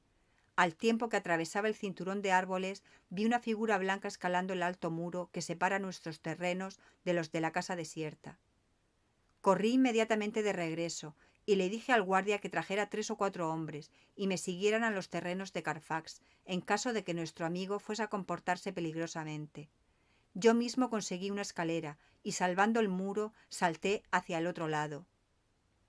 Pude ver la figura de Renfield que desaparecía detrás del ángulo de la casa, por lo que corrí tras él. En el otro extremo de la casa lo encontré reclinado fuertemente contra la vieja puerta de roble, enmarcada en hierro, de la capilla. Estaba hablando, aparentemente a alguien, pero tuve miedo de acercarme demasiado a escuchar lo que decía, pues podía asustarlo y echaría de nuevo a correr. Correr detrás de un errante enjambre de abejas no es nada comparado con seguir a un lunático desnudo, cuando se le ha metido en la cabeza que debe escapar. Sin embargo, después de unos minutos pude ver que él no se daba cuenta de nada de lo que sucedía a su alrededor. Y me atreví a acercármele más, y con mayor razón ya que mis hombres habían saltado el muro y se acercaban a él. Le oí decir: Estoy aquí para cumplir tus órdenes, amo. Soy tu esclavo, y tú me recompensarás, pues seré fiel. Te he adorado desde hace tiempo y desde lejos. Ahora que estás cerca, espero tus órdenes, y tú no me olvidarás, ¿verdad, mi querido amo?, en tu distribución de las cosas buenas. De todas maneras, es un viejo y egoísta pordiosero. Piensa en el plan y los pescados aun cuando cree que está en una presencia real. Sus manías hacen una combinación asombrosa. Cuando le caímos encima, peleó como un tigre. Es muy fuerte y se comportó más como una bestia salvaje que como un hombre. Yo nunca había visto a un lunático en un paroxismo de furia semejante, y espero no volverlo a ver. Es una buena cosa que hayamos averiguado sus intenciones y su fuerza a tiempo. Con una fuerza y una determinación como las de él, podría haber hecho muchas barbaridades antes de ser enjaulado. En todo caso, está en un lugar seguro. Ni el mismo Jack Sheppard habría podido librarse de la camisa de fuerza que lo retiene, y además está encadenado a la pared en la celda de seguridad. Sus gritos a veces son horribles, pero los silencios que siguen son todavía más mortales, pues en cada vuelta y movimiento manifiesta sus deseos de asesinar. Hace unos momentos dijo estas primeras palabras coherentes: «Tendré paciencia, amo. Está llegando, llegando, llegando». De tal manera que yo tomé su insinuación y también llegué. Estaba demasiado excitado para dormir, pero este diario me ha tranquilizado y siento que esta noche dormiré algo. Capítulo 9. Carta de Mina Harker a Lucy Westenra. Budapest, 24 de agosto. Mi queridísima Lucy, sé que estarás muy ansiosa de saber todo lo que ha sucedido desde que nos separamos en la estación del ferrocarril en Whitby. Bien, querida, llegué sin contratiempos a Hull y tomé el barco para Hamburgo y luego allí el tren. Siento que apenas puedo recordar lo que pasó durante el viaje, excepto que sabía que iba de camino hacia Jonathan y que, como seguramente tendría que servir de enfermera, lo mejor era que durmiera lo que pudiera. Encontré a mi amado muy delgado, pálido y débil. Toda la fuerza ha escapado de sus queridos ojos, y aquella tranquila dignidad que te he dicho siempre mostraba en su rostro ha desaparecido. Solo es una sombra de lo que era, y no recuerda nada de lo que le ha sucedido en los últimos tiempos. Por lo menos eso desea que yo crea, y por lo tanto nunca se lo preguntaré. Ha tenido una experiencia terrible, y temo que su pobre cerebro pagará las consecuencias si trata de recordar. La hermana Ágata, que es una magnífica monja y una enfermera nata, me dice que desvariaba sobre cosas horribles mientras tenía la cabeza trastornada. Quise que ella me dijese de qué se trataba, pero solo se persignó y me dijo que nunca diría nada, que los desvaríos de los enfermos eran secretos de Dios y que si una enfermera a través de su vocación los llegaba a escuchar, debía respetar sus votos. Es un alma dulce, buena. Y al día siguiente, cuando vio que yo estaba muy afligida, ella misma suscitó de nuevo el tema, y después de decir que jamás mencionaría sobre lo que desvariaba mi pobre enfermo, agregó: «Le puedo decir esto, querida, que no era acerca de nada malo que él mismo hubiera hecho, y usted, que será su esposa, no tiene nada por qué preocuparse. No la ha olvidado a usted ni lo que le debe. Sus temores eran acerca de cosas grandes y terribles, sobre las que ningún mortal debe hablar. Yo creo que la dulce hermana pensó que yo podría estar celosa, con el temor de que mi amado se hubiera enamorado de otra mujer. La idea de que yo pudiera estar celosa de Jonathan. Y sin embargo, mi querida Lucy, déjame susurrarte que cuando supe que no era otra mujer la causa de todos los males, sentí una corriente de alegría por todo el cuerpo. Estoy sentada ahora al lado de su cama, desde donde le puedo ver la cara mientras duerme. Está despertando. Al despertar me pidió su abrigo, ya que quería sacar algo de su bolsillo. Le pregunté a la hermana Ágata si podía hacerlo, y ella trajo todas sus cosas. Vi que entre ellas estaba su libreta de apuntes, e iba a pedirle que me dejara verla, pues yo sabía que en ella podría encontrar alguna pista de su mal. Pero supongo que debe haber visto mi deseo en mis ojos, pues me dijo que me fuese a la ventana un momento, ya que deseaba estar solo un rato. Luego me llamó y me dijo muy solemnemente: «Wilhelmina», supe que deseaba hablarme con toda seriedad, pues nunca me había dicho mi nombre desde que me pidió que nos casáramos. Tú conoces, querida, mis ideas sobre la confianza que tiene que haber entre marido y mujer. No debe haber entre ellos ningún secreto, ningún escondrijo. He sufrido una gran impresión, y cuando trato de pensar en lo que fue, siento que mi cabeza da vueltas, y no sé si todo fue real o si fueron los sueños de un loco. Tú sabes que he tenido una fiebre cerebral, y que eso es estar loco. El secreto está aquí, y yo no deseo saberlo. Quiero comenzar mi vida de nuevo en este momento, con nuestro matrimonio, pues, mi querida Lucy, hemos decidido casarnos tan pronto como se arreglen las formalidades.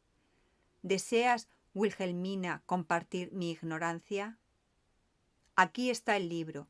Tómalo y guárdalo. Léelo si quieres, pero nunca menciones ante mí lo que contiene, a menos, claro está, que algún solemne deber caiga sobre mí y me obligue a regresar a las amargas horas registradas aquí, dormido o despierto, cuerdo o loco.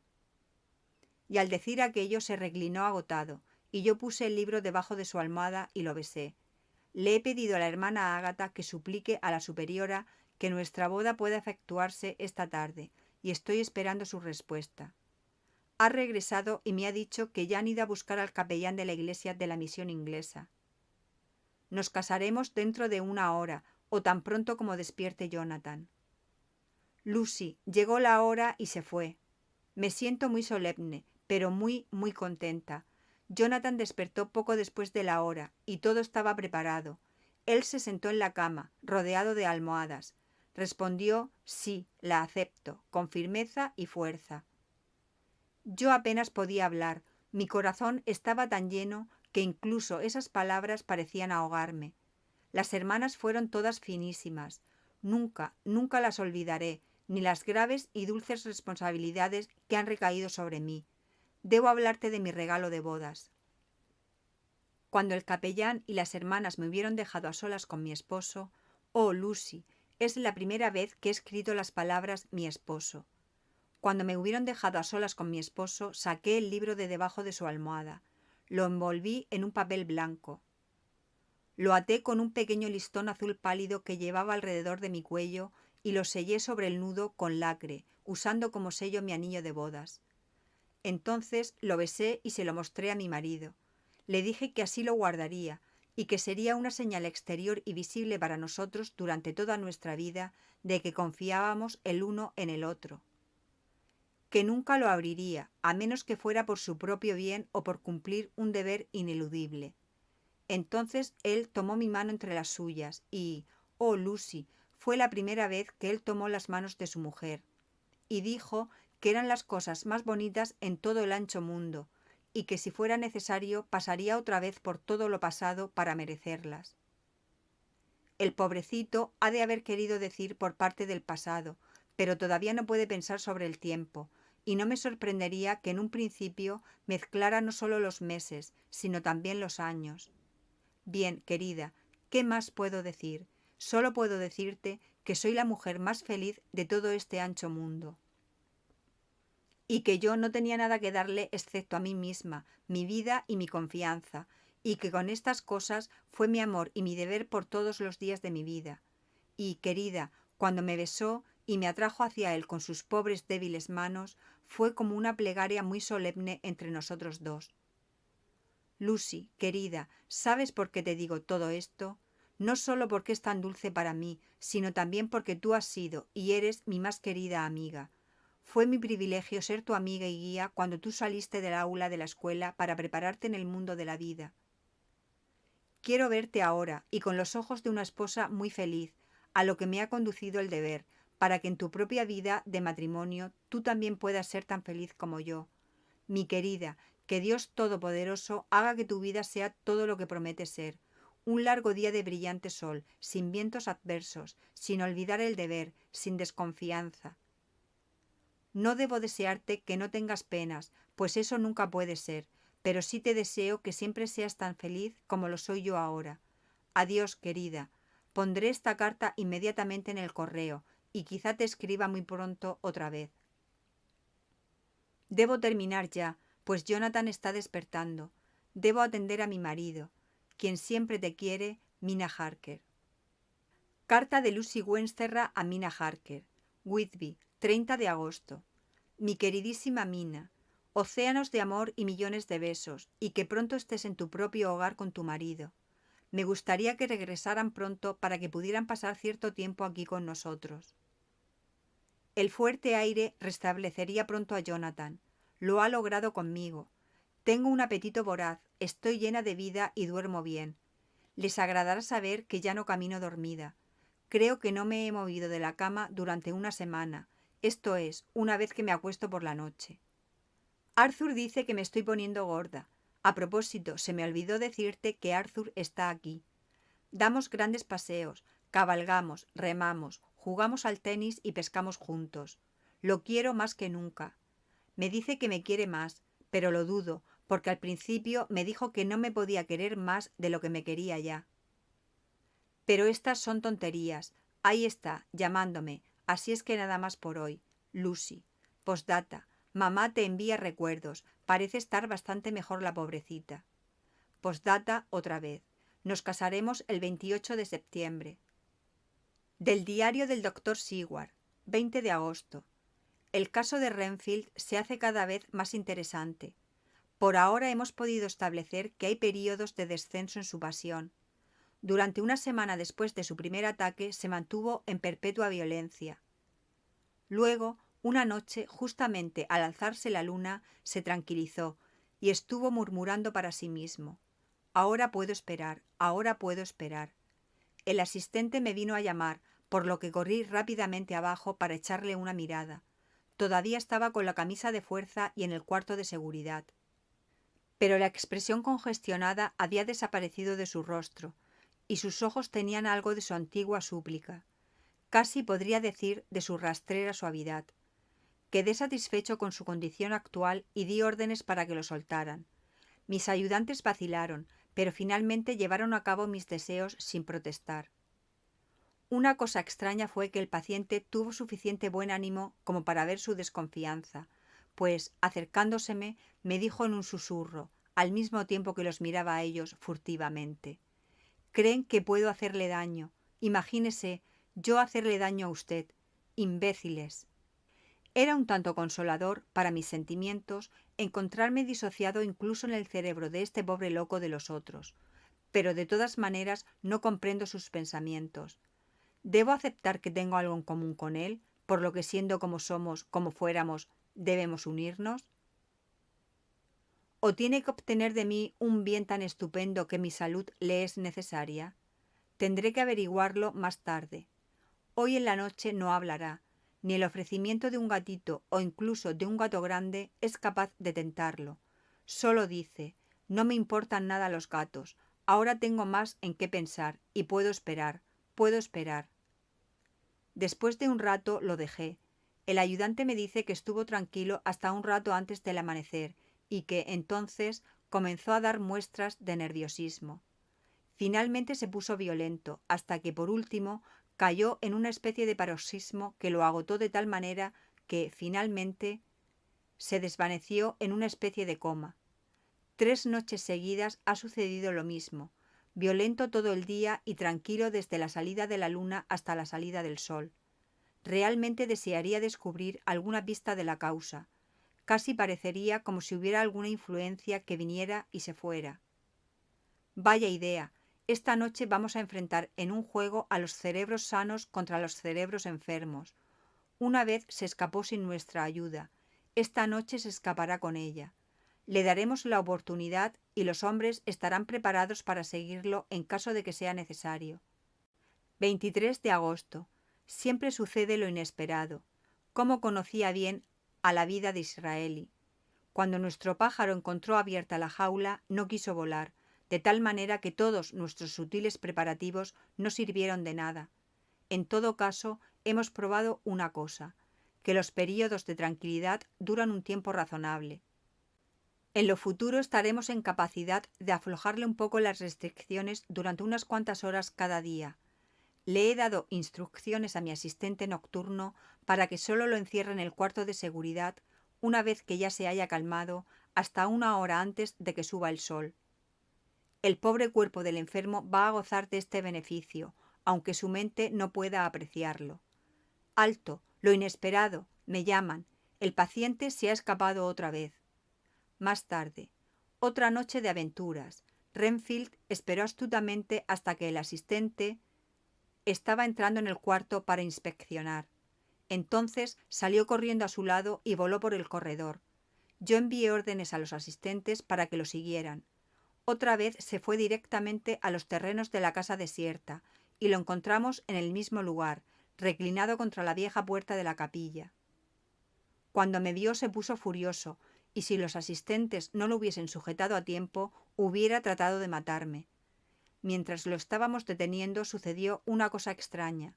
Repentinamente redobló sus esfuerzos y luego, tan repentinamente, recobró la calma. Yo miré instintivamente a mi alrededor, pero no pude ver nada. Luego capté el ojo del paciente y lo seguí, pero no pude descubrir nada mientras miraba al cielo iluminado por la luna, excepto un gran murciélago que iba aleteando en su silenciosa y fantasmal travesía hacia el oeste. Los murciélagos generalmente giran en círculos indecisos, pero este parecía ir directamente, como si supiera a dónde se dirigía o como si tuviera sus propias intenciones. El paciente se calmó más y al cabo de un rato dijo: «No necesitan amarrarme, los seguiré tranquilo». Sin ningún otro contratiempo regresamos a la casa. Siento que hay algo amenazante en su calma y no olvidaré esta noche. Del diario de Lucy Westenra, Gillingham, 24 de agosto. Debo imitar a Mina y escribir las cosas en un libro. Así, cuando nos veamos, podremos tener largas charlas. Me pregunto cuándo será. Desearía que estuviera otra vez conmigo aquí, pues me siento tan infeliz. Anoche me pareció que estaba soñando otra vez como en Whitby. Tal vez es el cambio de clima o el hecho de que estoy otra vez en casa. Todo es oscuro y horroroso para mí, pues no puedo recordar nada. Pero estoy llena de un vago temor y me siento débil y exhausta. Cuando Arthur vino a comer, se miró bastante preocupado al verme, y yo no tuve los ánimos para tratar de parecer alegre. Me pregunto si tal vez pudiera dormir esta noche en el cuarto de mamá. Inventaré una excusa y trataré. 25 de agosto. Otra mala noche. Mi madre no pareció caer en mi propuesta. Ella misma no parece estar bien, y no cabe duda de que se preocupa mucho por mí. Traté de mantenerme despierta y durante un tiempo lo conseguí. Pero cuando el reloj dio las 12, me despertó de un sopor, por lo que debo haber estado durmiéndome. Había una especie de aletazos y rasguños en la ventana, pero no les di importancia, y como no recuerdo qué sucedió después, supongo que debo haberme quedado dormida. Más pesadillas. ¿Cómo desearía poder recordarlas? Esta mañana me sentí terriblemente débil. Mi rostro está sumamente pálido y me duele la garganta. Algo debe andar mal en mis pulmones, pues me parece que nunca aspiro suficiente aire. Trataré de mostrarme alegre cuando llegue Arthur, porque de otra manera yo sé que sufrirá mucho viéndome así. Carta de Arthur Holwood al Dr. Seward. Hotel Albemarle, 31 de agosto. Mi querido Jack, quiero que me hagas un favor. Lucy está enferma. Esto es, no tiene ninguna enfermedad especial, pero su aspecto es enfermizo y está empeorando cada día. Le he preguntado si hay alguna causa. No me atrevo a preguntarle a su madre, pues perturbar la mente de la pobre señora acerca de su hija sería fatal, debido a que su propia salud anda muy mal. La señora Westenra me ha confiado que su destino ya está sellado, enfermedad del corazón, aunque la pobre Lucy todavía no lo sabe. Estoy seguro de que algo está ejerciendo influencia en la mente de mi amada novia.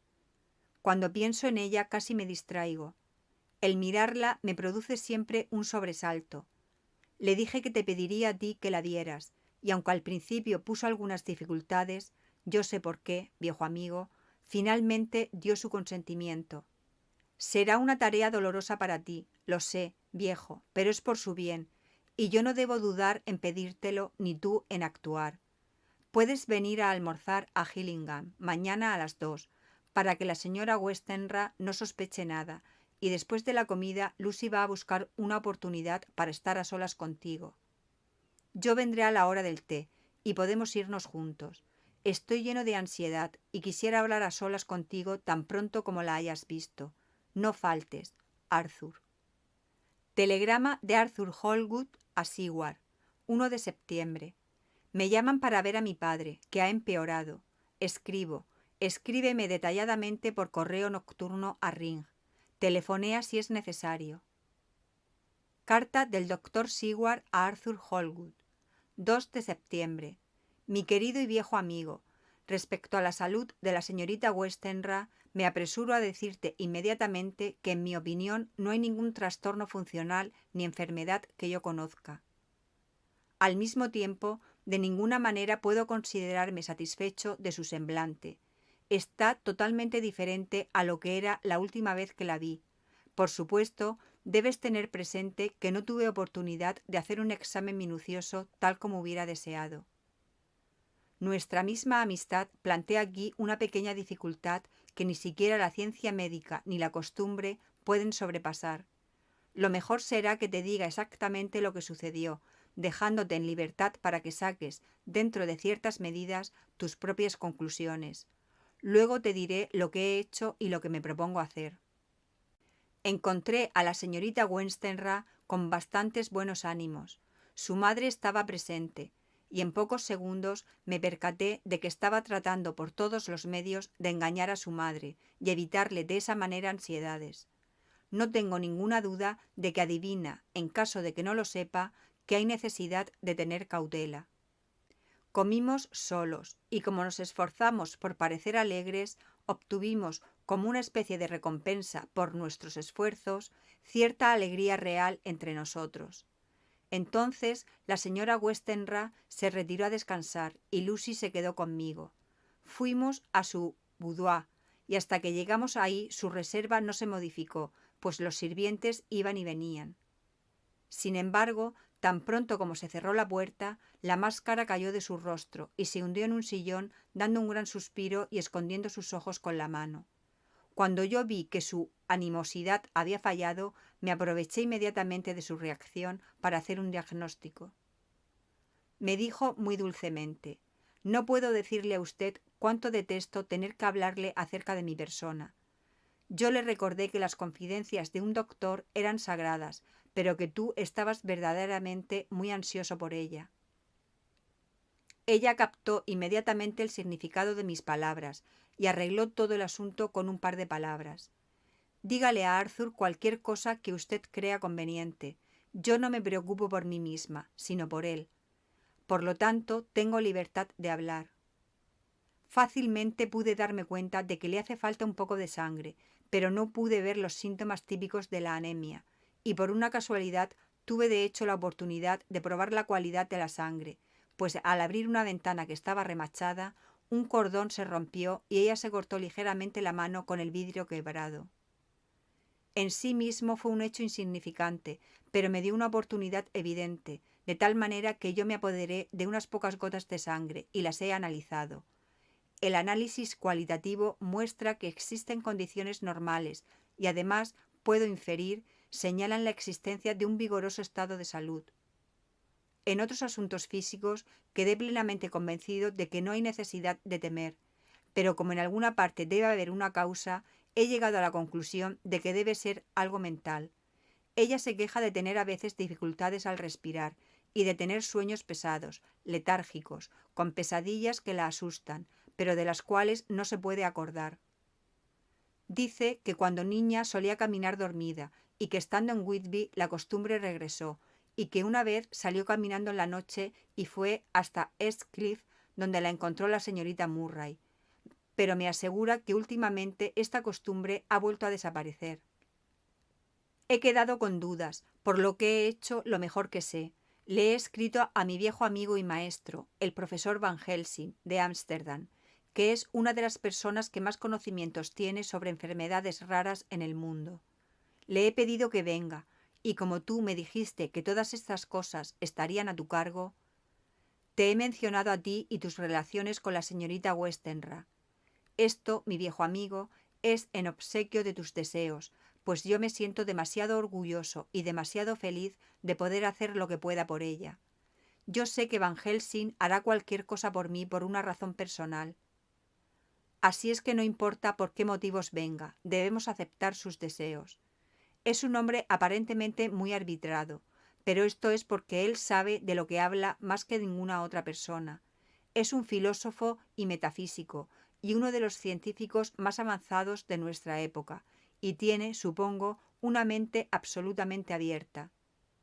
Esto con unos nervios de acero, un temperamento frío, una resolución indomable, un autocontrol y una tolerancia exaltada de virtudes y bendiciones, y el más amable de los más sinceros corazones que laten, forman su equipo para la noble tarea que está realizando por la humanidad, trabajo tanto en la teoría como en la práctica, pues su visión es tan amplia como lo es su simpatía.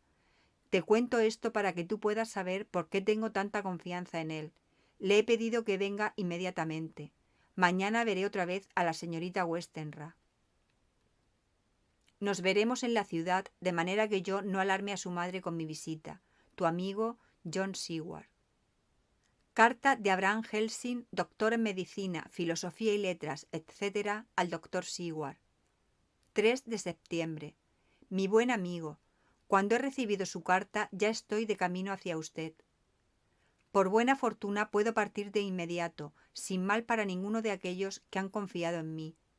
Fueran otras las circunstancias, sería perjudicial para esos que han confiado en mí, pues yo voy a donde mi amigo cuando él me llama, para ayudar a aquellos a quienes tiene cariño.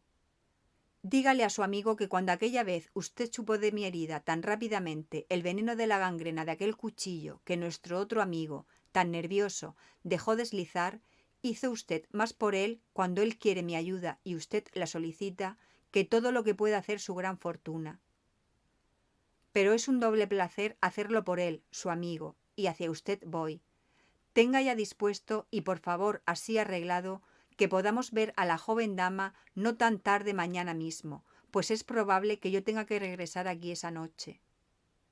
Pero si hay necesidad, regresaré otra vez 3 días después y estaré más tiempo si es preciso. Hasta entonces, mi buen amigo John, adiós. Van Helsing. Carta del doctor Seward al honorable Arthur Holwood. 3 de septiembre. Querido Art, vino Van Helsing y se fue. Fue conmigo a Gillingham y encontré que, por discreción de Lucy, su madre había salido invitada a comer. De tal manera que quedamos solos con ella. Van Helsing hizo un examen muy minucioso de la paciente. Quedó en comunicármelo a mí, y yo te aconsejaré a ti, pues por supuesto yo no estuve presente. Está, lo temo, muy preocupado, pero me dijo que debía reflexionar. Cuando yo le dije de nuestra amistad y cómo tú me habías confiado el asunto, él dijo: «Debe usted decirle todo lo que piensa. Dígale lo que pienso yo, si usted puede adivinar, y usted adivinará. No, no estoy bromeando. Esto no es broma, sino vida y muerte, quizá más». Le pregunté qué quería decir con aquello, pues estaba muy serio. Esto sucedió cuando ya habíamos regresado a la ciudad y estaba tomando una taza de té antes de iniciar su regreso a Ámsterdam. No me dio ninguna pista más. No debes estar enojado conmigo, Art, porque su misma reticencia significa que todo su cerebro está trabajando por el bien de ella. Puedes estar seguro de que, a su debido tiempo, hablará con toda claridad. Así es que yo le dije que escribiría simplemente un registro de nuestra visita, justamente como si estuviese haciendo un artículo descriptivo especial para el Daily Telegraph. Pareció no tomar nota de ello. Y solo comentó que el hollín de Londres no era tan malo como solía ser cuando él era estudiante aquí. Yo recibiré su informe mañana, si tiene tiempo para hacerlo. En todo caso, recibiré una carta. Bien, ahora a la visita. Lucy estaba más alegre que el día que la vi por primera vez, y desde luego parecía estar mucho mejor. Había perdido algo de aquella mirada fantasmal que tanto te inquieta, y su respiración era normal. Fue muy dulce con el profesor, siempre lo es, y trató de que se sintiera tranquilo. Sin embargo, yo pude ver que la pobre muchacha estaba haciendo un gran esfuerzo. Creo que Van Helsing también lo notó, pues bajo sus espesas cejas vi aquella rápida mirada que también conozco. Entonces comenzó a charlar de todas las cosas posibles menos de nosotros y las enfermedades, y lo hizo con tanto ingenio que yo pude ver cómo la pretendida animación de Lucy se convertía en realidad. Entonces, sin que se notara el cambio, mi maestro llevó la conversación suavemente al motivo de su visita y dijo calmadamente: «Mi querida joven, tengo este gran placer porque usted es encantadora. Eso es mucho, querida, aunque estuviera aquí ese a quien no veo. Me dijeron que estaba usted desanimada y que tenía una palidez fantasmal. A ellos les digo, ¡bah!», y tronó los dedos agregando a continuación: «Pero usted y yo les vamos a demostrar cuán equivocados están». «¿Cómo puede él?», dijo, y me señaló con la misma mirada y gesto con el que me había sacado de su clase en cierta ocasión, o mejor dicho, después de esa ocasión. «¿Cómo puede él saber nada acerca de jóvenes? Él tiene sus locos con quienes juega y a quienes devuelve la felicidad, juntamente con la felicidad de aquellos que lo quieren. Es bastante lo que hace y, oh, pero hay recompensas en el mismo hecho de poder restaurar esa felicidad. Más de jovencitas, no tiene mujer ni hija, y los jóvenes no confían en los jóvenes, sino en los viejos como yo, que han conocido ya tantos dolores y las causas de ellos. Así es, querido, que lo enviaremos a que se fume un cigarro en el jardín, mientras usted y yo tenemos una pequeña charla confidencial». Acepté la sugestión y salí del cuarto, hasta que al cabo de un rato el profesor salió por la ventana y me pidió que entrara. Parecía preocupado, pero dijo: «He efectuado un minucioso examen, pero no hay ninguna causa funcional. Estoy de acuerdo con usted en que ha habido mucha pérdida de sangre. Ha habido, pero no la hay. Además, el estado general de la joven no muestra ningún síntoma de anemia. Le he pedido que me envíe a su sirvienta para que yo pueda hacerle un par de preguntas, de tal manera que no quede oportunidad de perder algo. Yo sé muy bien lo que dirá, y sin embargo hay una causa, siempre hay una causa para todo. Debo regresar a casa y pensar. Usted debe enviarme el telegrama todos los días, y si hay motivo vendré otra vez. La enfermedad, pues no estar del todo bien es enfermedad, me interesa, y también me interesa a ella, la dulce jovencita. Me encanta, y por ella, si no por usted o por enfermedad, vendré. Y como te digo, no quiso decir más, ni cuando estuvimos solos. Así es, Art, que ya sabes todo lo que yo sé. Mantendré una estricta vigilancia. Espero que tu pobre padre siga mejor. Debe ser una cosa terrible para ti, mi querido viejo, estar situado en una posición tal entre dos personas que son tan queridas para ti. Yo conozco tu idea del deber para con tu padre, y haces bien en ser fiel a ella. Pero si hay necesidad, te enviaré un mensaje para que vengas de inmediato a donde Lucy, de tal manera que no te acongojes de más, a menos que recibas noticias mías». Del diario del Dr. Seward, 4 de septiembre. Mi paciente zoófago siempre me mantiene interesado. Solo ha tenido un ataque, y eso fue ayer a una hora inusitada. Poco antes del mediodía comenzó a mostrarse inquieto. El asistente reconoció los síntomas y pidió de inmediato ayuda. Afortunadamente, los hombres llegaron corriendo, y apenas a tiempo, pues al dar el mediodía se volvió tan furioso que tuvieron que usar toda su fuerza para sujetarlo. Sin embargo, como a los 5 minutos comenzó a tranquilizarse paulatinamente, hasta que finalmente se hundió en una especie de melancolía, estado en el cual ha permanecido hasta ahora. El asistente me dice que sus gritos, durante el paroxismo, fueron realmente escalofriantes. Cuando entré, me encontré con las manos llenas, atendiendo a algunos de los otros pacientes que estaban asustados por su comportamiento. De hecho, puedo entender bastante bien el efecto, pues el ruido de sus gritos me perturbó incluso a mí, aunque yo me encontraba alejado, a cierta distancia. Ahora acabamos de cenar en el asilo, y sin embargo todavía mi paciente está sentado en una esquina murmurando, con una mirada sombría, amenazadora y angustiosa. Su rostro más bien parece indicar, en vez de mostrar algo directamente. No puedo acabar de comprenderlo. Más tarde, otro cambio en mi paciente. A las 5 de la tarde lo fui a ver y lo encontré casi tan alegre como solía estar antes. Estaba capturando moscas y comiéndoselas, y mantenía registro de sus capturas haciendo unas rayas con las uñas en el borde de la puerta entre los canales del relleno. Cuando me vio, se dirigió a mí y pidió disculpas por su mala conducta, y me suplicó de una manera muy humilde y atenta que le permitiera regresar otra vez a su cuarto y que le diera su libreta. Pensé que convenía complacerlo, de tal manera que está de regreso en su cuarto con la ventana abierta. Ha regado el azúcar de su té por el antepecho de la ventana y está entregado otra vez a su colección de moscas. De momento no se las está comiendo, sino que las está poniendo en una caja, igual que antes, y ya está examinando los rincones de su cuarto para encontrar arañas. Traté de hacerle hablar sobre lo sucedido en los últimos días, pues cualquier pista sobre sus pensamientos me sería muy útil, pero él no quiso entrar en conversación. Durante unos momentos puso una expresión bastante triste y dijo con voz apagada, como si más bien hablara consigo mismo en vez de hablar conmigo. Todo ha terminado, me ha abandonado, no tengo esperanza, a menos de que yo mismo lo haga. Luego, repentinamente, volviéndose a mí de manera resuelta, me dijo: «Doctor, ¿sería usted tan amable de darme un poquito más de azúcar?» «Creo que me haría muy bien». «¿Y las moscas?», le pregunté. «Sí, a las moscas les gusta también, y a mí me gustan las moscas, por lo tanto, a mí me gusta». Y pensar que hay gente tan ignorante que piensa que un loco no tiene argumentos. Le di doble ración de azúcar y lo dejé feliz, como supongo que puede ser feliz un hombre en este mundo. Desearía poder penetrar en su mente. Medianoche. Otro cambio en él. Había ido yo a visitar a la señorita Westenra, a quien encontré mucho mejor, y acababa de regresar. Estaba parado en nuestro propio portón mirando la puesta de sol cuando escuché que el loco gritaba. Como su cuarto está en este lado de la casa, pude oírlo mejor que en la mañana.